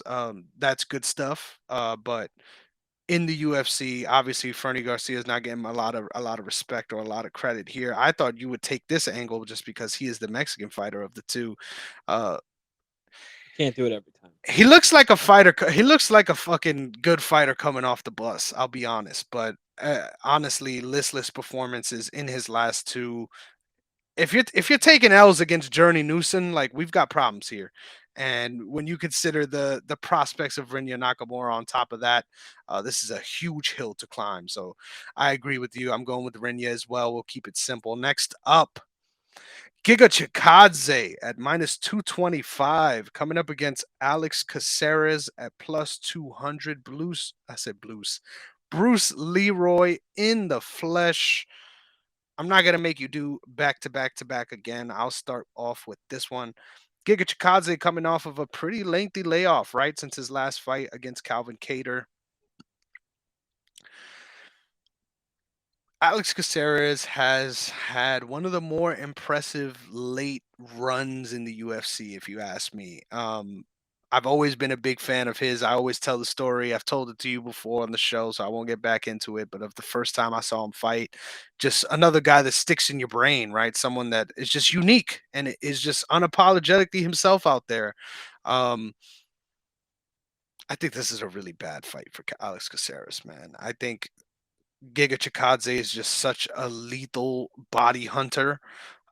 Somebody that really does a really good job at maintaining his distance and playing to his advantages. Like, he knows that he doesn't want to be out there in the clinch. He knows that he doesn't want to be dealing with these things, and he stays on his bike, man. He has some of the best footwork in the UFC, but he also has, um, how do I put this?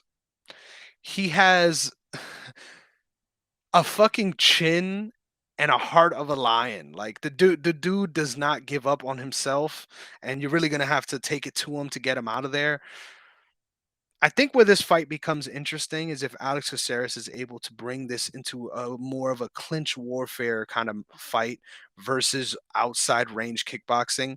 My issue is I just think he doesn't really have the tools to get past the threats that are coming towards him. I would love to see a Alex Caceres fight where he comes out kicking like Giga Chikadze, right?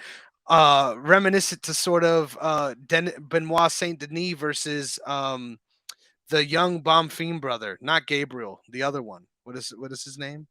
Um, this is bad. You see, this was a couple weeks ago, This brother. is what happens when you record at 2 a.m.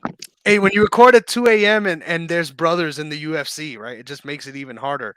But just coming out guns blazing, investing in your own kicks against someone that you know wants to do the same exact thing, I think really could put you in a good position, especially when you like your chances in the grappling against them, right? Like, you're not worried about throwing kicks necessarily because you want to be in guard scenarios anyway, right? So I fucking talked myself into it. Give me Alex Caceres at plus 200, baby.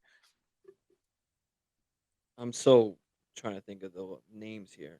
Gabriel and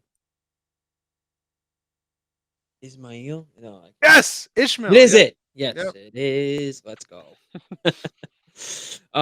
Okay, so no, I'm not going with Alex here. I'm going with Chikatse. And the reason is I've been a humongous fan of Chikatse, and I think Calvin Cater needed that win. After getting almost murdered by Holloway, I think that he needed a humongous rebound fight, and that fight was made to be. If I remember, it was the main event, right? I think that was the main event, the two of them. So seeing this fight now with the fact that Chikadze is back after a very long layoff, I think that he comes in and just staples his name that he is real deal. He's back and he's coming to avenge, losing and listen, I don't know why I know this, but I know that it's his birthday today. So it's this is breaking news. Whoa. So I'm going with the birthday boy. I'm going with Chikatse. It'll be a nice little birthday present for him. And I have never ever been a fan of Alex for 10 plus years. I don't know why. I've always he reminds me of like the Kansas City Royals in baseball. Like they're there. I know they exist, but I have zero interest in watching anything that they do or having any interest How in dare you? watching them flourish into a fight. And I'm not taking I'm anything away from offended. Alex. I think he's a fantastic fighter. Obviously, he's been around for forever, but I have never ever once said to myself, "Man, that dude's a champion.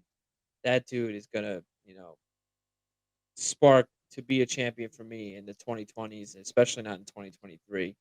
And I think Chikadze is going to build himself right back up into a top 5 ish, top 7 ish fighter, and I think it starts all on Saturday night or Saturday evening for us. Evening, you mean afternoon? But yes, yes, Well, morning, all of that, all of that. yeah, Don't worry, whatever. don't worry. Wherever you're watching this, it's evening, afternoon, and good night. That's basically what's going to happen. I love it. Next up, we've got the co-main event. Anthony Smith, Lionheart himself, in a rematch against Ryan Spann. Ryan Spann currently minus 125. Anthony Smith on the comeback plus 110. Sean, tell the people how you feel. Oh man, I don't know, to be honest with you, because Anthony Smith looked great in, I guess, great, right? In their fight with each other. I know he won Did. performance of the night. I know it was a good fight for him, but I don't know with Anthony Smith, man. I was very very worried for him in the Johnny Walker fight. Mhm. Obviously with the performance, but also what just how he looked in general. He just looked very off. Didn't look like the old Anthony Smith that I used to watch, and definitely didn't look like that at all against Ankalaev. So, oh, this is tough because I love Anthony Smith, and I've always been a big fan of him, but I don't know honestly because if it weren't for the Johnny Walker fight, I'd pick Anthony Smith here. I would pick him. I think he can do it. I think he's better. I shouldn't say better. I think he's just with experience and the fact that he's got a win over him already. I think this is a good fight again to happen. But I don't trust Anthony Smith right now. I feel like he should be heading toward retirement. I thought that he should have retired at the end of his last fight, and the fact that he's still trying to fight, I feel like he's just getting worse and worse in my book. And I'm gonna go with Ryan Spann here. Honestly, I think Ryan's going to avenge this loss, and I think in a dominating, but also in a very telling way. And so I'm going with Ryan. I love it and I hate it at the same time because god damn it, I was gonna make the same pick. I Sorry, think buddy. this is a close enough fight though that I don't mind going the opposite way on you. So no matter what, right? No matter what, we're gonna have some interesting movements in the standings here. Here's my pitch, right? Because you could talk yourself into either spectrum of this one. Um, I think when I consider this fight, what makes me the most interested in it is the fact that Ryan Spann's team, in my opinion, is one of the best teams in MMA. But I'm not sure that he's someone that can, and once again, I hate being limiting, right? But I'm not sure he's someone that can stay out of his own way as far as being an emotional fighter. I think if he was able to buy into what I'm sure the coaches over there are preaching to him as far as staying within himself and becoming a much more disciplined fighter in these scenarios, I feel like he could really shine in the UFC.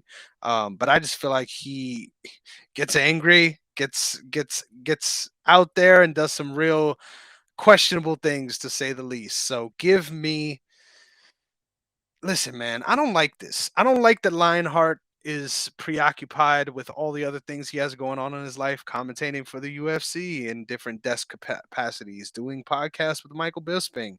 I feel like he's battling a lot of demons outside of the sport as well with everything he dealt Most with definitely. that home invasion and the aftermath of it. I feel like that moment where he was fighting Johnny Walker and he said, um, you're trying like you're trying to hurt my family or something like that. Like that felt like a PTSD moment to me, Yep. which makes this pick even more questionable, right? But sometimes you gotta let the fucking nuts hang. I really do think this is going to be a bounce back moment for Anthony Smith for no other reason other than I think when he has a mental edge over someone, he really shines. And I think in this matchup, having the win over him already against someone who mentally I don't think is the most solid fighter either. Give me Anthony Smith for the points, baby. Ooh. Okay. I agree with your analysis 100%. And I think Anthony Smith is a way better fighter. I just don't know about Anthony right now. I don't.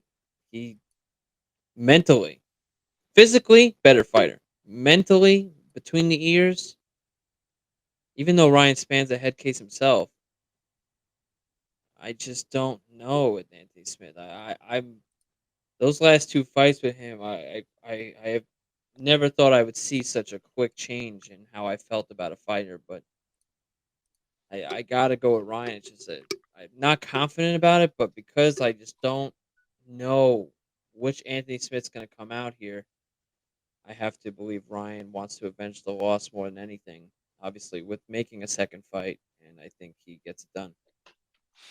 Awesome, brother. I love it. I'm really looking forward to this one. This should be a banger no matter who wins, right? And you love those, especially as a co-main event. But next up, we've got who I think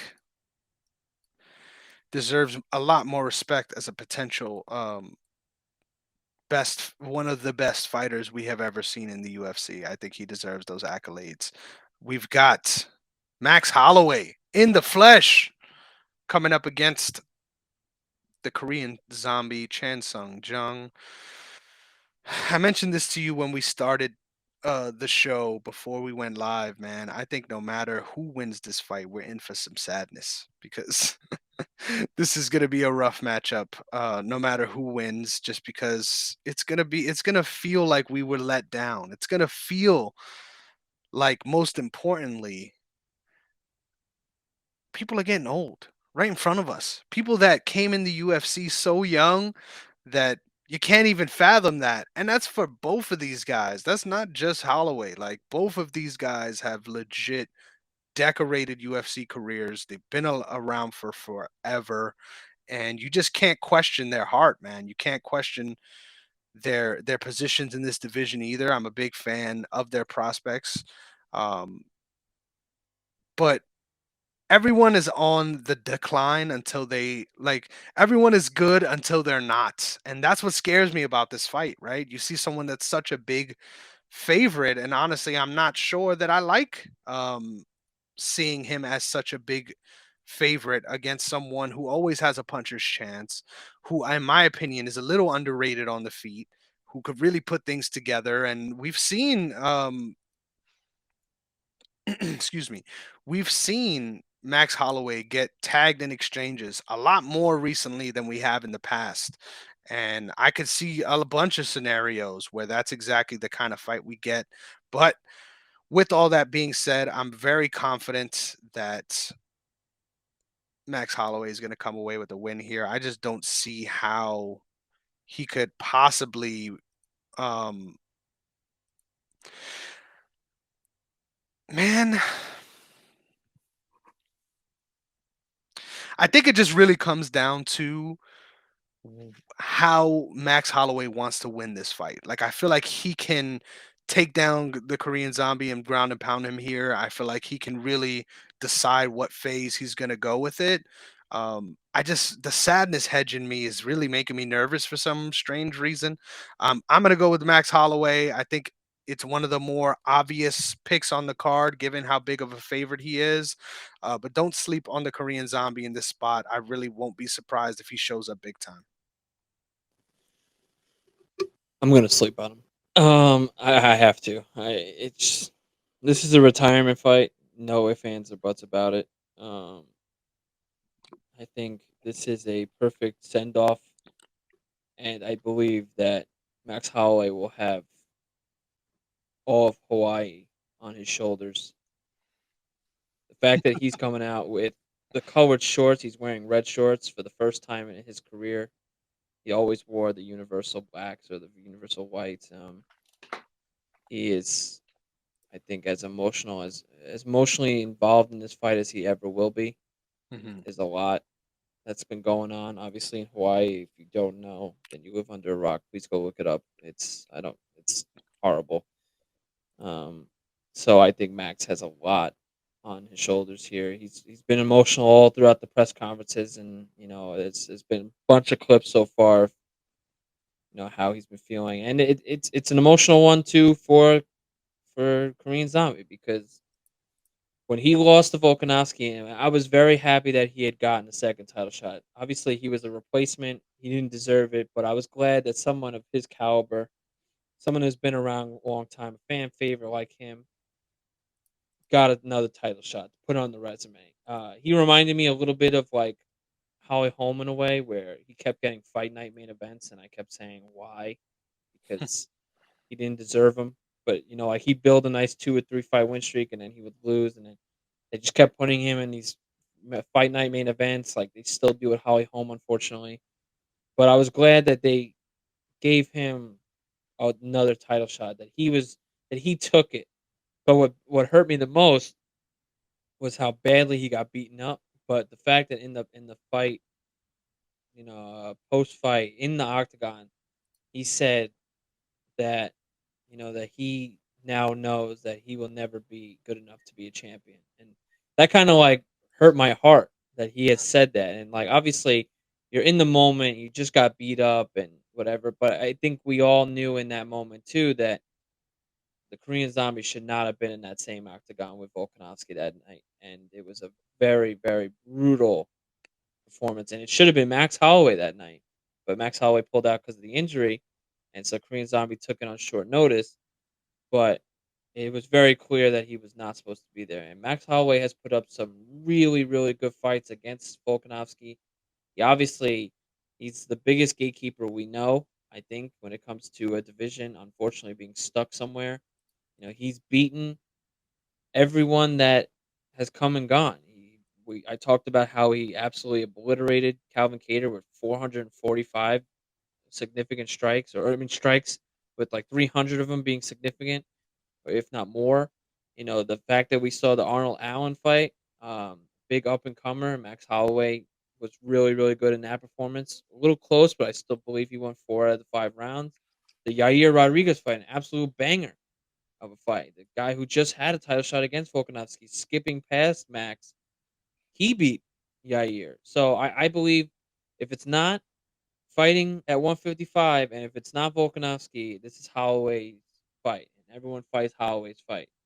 And I believe it's going to be just like that. And I think, honestly, I think Holloway gets a knockout for the first time in a while. I think it's been since like Brian Ortega, since he's gotten a KO TKO. So I believe it's going to be kind of just like Volkanovski did, where it's, you're just beating him up so bad that the ref stops it. But I kind of feel it's going to be a way where Max is just gonna walk out there. He's gonna take a bunch of hits as well, but he's gonna just go after the Korean Zombie here, getting himself a nice win to the point where there might be some sort of doctor stoppage.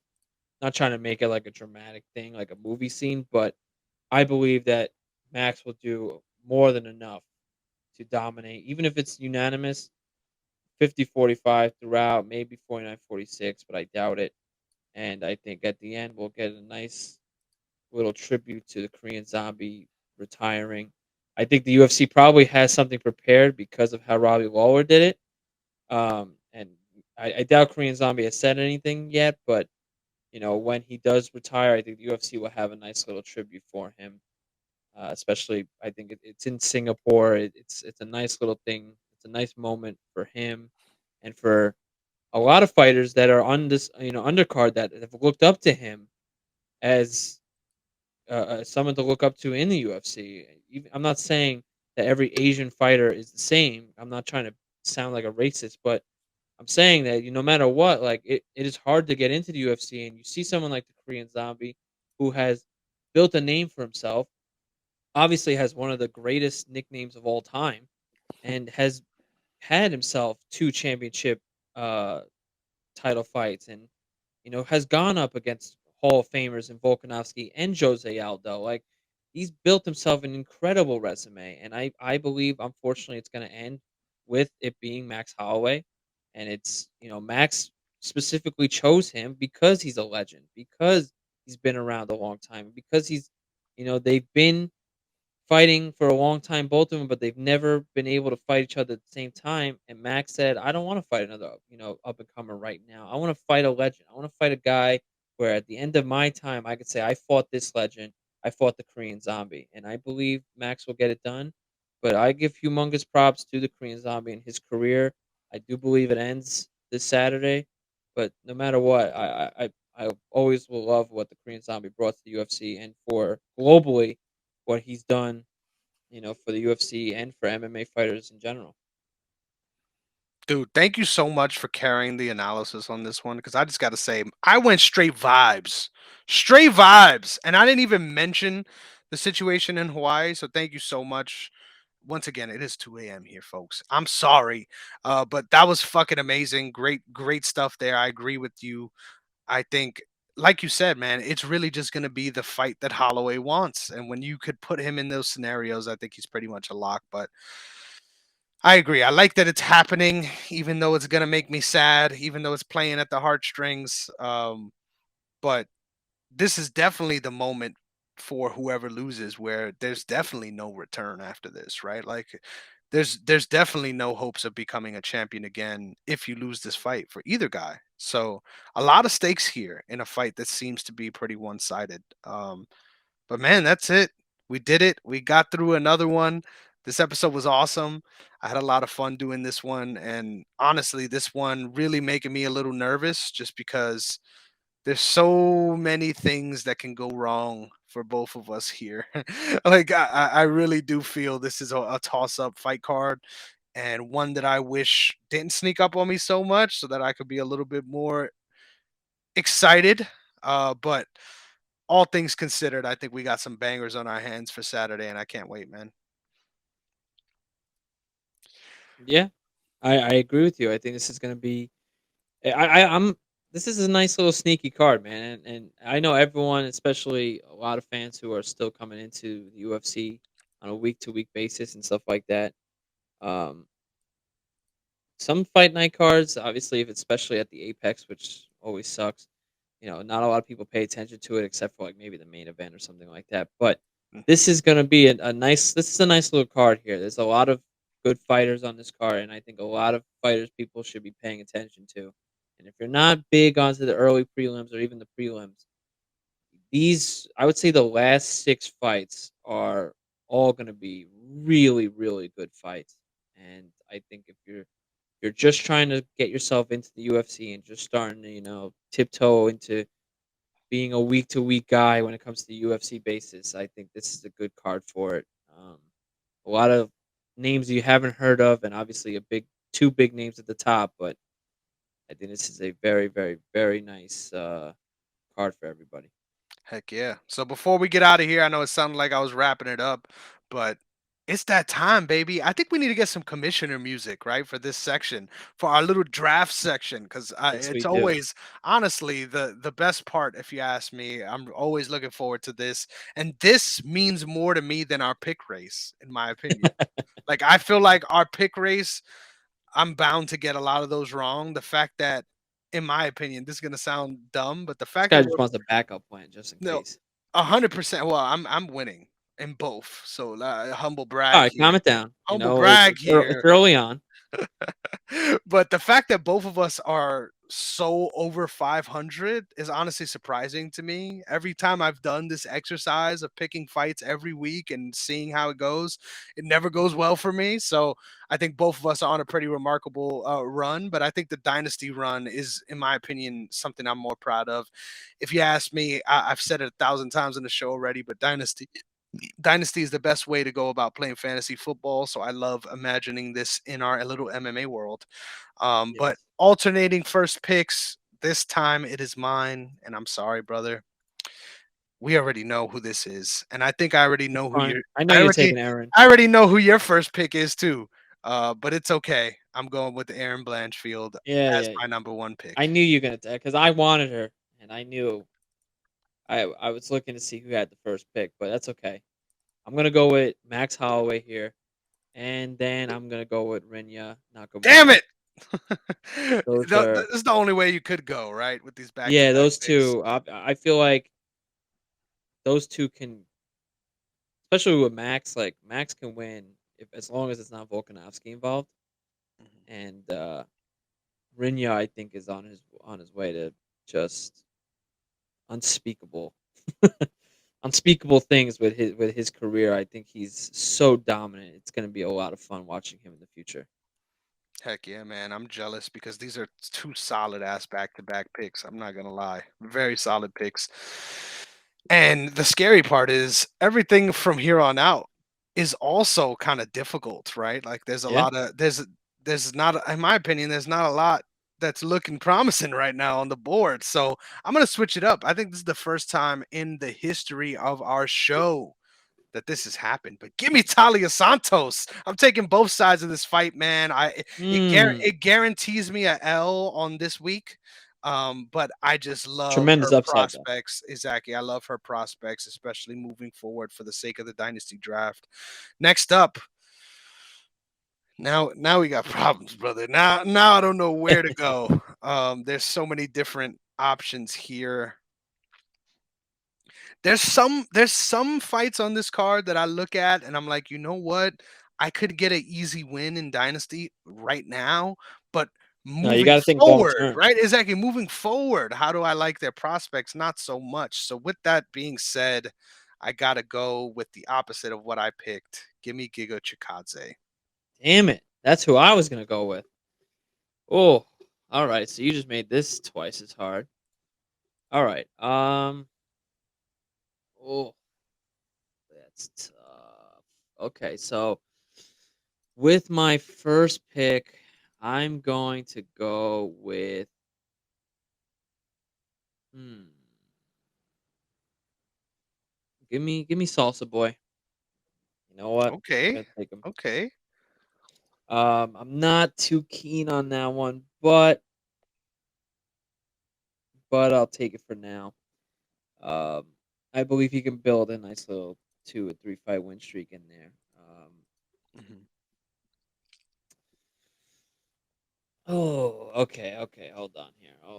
It's because now I'm sitting here quadruple guessing myself, and to finish it off, I'm gonna go with the good old Rolando Bedoya. Great shot. Honestly, Oh, it's tough. I That's honestly thought that that was the only way you could go. Like if he would have fell to me, kind of would have been mad at you because I feel like that's a missed opportunity there, brother. yeah. Uh, It's just because I'm thinking long term here. Like obviously, Rolando's the best. I think the one of the easier ones to go with right now. mhm. But it's very tough to think. 2, 3, 4 fights in the future with all these guys right now. But yeah. Yeah, man, I agree, and I think that is heavily influencing my next pick because I'm picking another person that I did not pick to win. I'm going Ryan Span. Once again, future Hmm. prospects is how I'm looking at it here, and honestly, at this point, I feel like the board is pretty fucking dry, if I'm being honest. Yeah. As far as long term and short term upside. So give me Ryan Span. So, with all that being said, here's the wrap up. Here's the rundown. We've got Aaron Blanchfield for me with the number one pick. Sean, two solid picks back to back. I really like your draft this time around. Oh, thanks, buddy. I kind of wish I might not have gotten the first pick just because, but hey, I love having Blanchfield, so I can't complain. Yeah. With the second pick, he goes Max Holloway. Third pick, he goes Rinya Nakamura. With the fourth, I go Talia Santos, followed up by Giga Chikadze. And then Sean goes Waldo Cortez Acosta and Rolando Bedoya, while I finish things off with Superman Ryan Span. The draft is always fun. The draft is honestly all I care about at this point in my life. For the next 2 weeks, draft leagues of all forms is all that is really consuming my mental. So, I mean, there's no point better than right before the season starts, in my opinion. Everyone is still going to win the title this year, right? Everyone is looking forward to their team being the best team in the NFL, on top of us looking forward to having the best team in Dynasty MMA. It's going to be a thing. Can't love that we're single-handedly building it right here on this That's show. right. But with all that being said, Sean, I think we're done here. So why don't you let the people know where they can find you? Yes, you can do that. You can find me at Sean Negron 26 on Twitter. And I have a website, bsreports.org. You can find me there as well. And yeah, if you ever want to get into the sports world, writing, podcasting, whatever you want, it's 2:30 in the morning here. There's not much I'm gonna go into deeply, but anything sports related that if you need any help, reach out to me there, and I will always help out no matter what. Heck yeah, heck yeah. I'm gonna be honest with you, Sean. You're gonna hear from me before Monday Ooh, about my first story. wow. And Is it's that not some breaking news? it's not gonna be a thought piece. It's not gonna be a hey, I think I want to do a story on this. It's gonna be a fucking story. So I can't wait. Wow. I can't wait to write that up. But you can find me on Twitter at Negrong MMA. We're growing, baby. We're growing. Looking forward to hitting 550. I think we could do it this weekend, man. So please give me a follow. Let's get us past that 550 mark. And you can find me on Instagram as well at Chris Negrong underscore and as well as on TikTok at Negrong MMA. So give me a follow there as well. Thank you so much for tuning into the show. Make sure you're supporting the brand at OTS Media Co. on ooh, ooh, excuse me. At OTS Media on YouTube, OTS Media Co. on all platforms. Really looking forward to the brand continuing to grow. It's been nothing but awesome things. And as we really hit our stride in the next couple of weeks, I think you guys are going to really want to be tuned in and buckled up for all the content we have across the major sports. But thank you so much for tuning in. Thanks for staying along for the ride. We'll see you guys next time. Peace.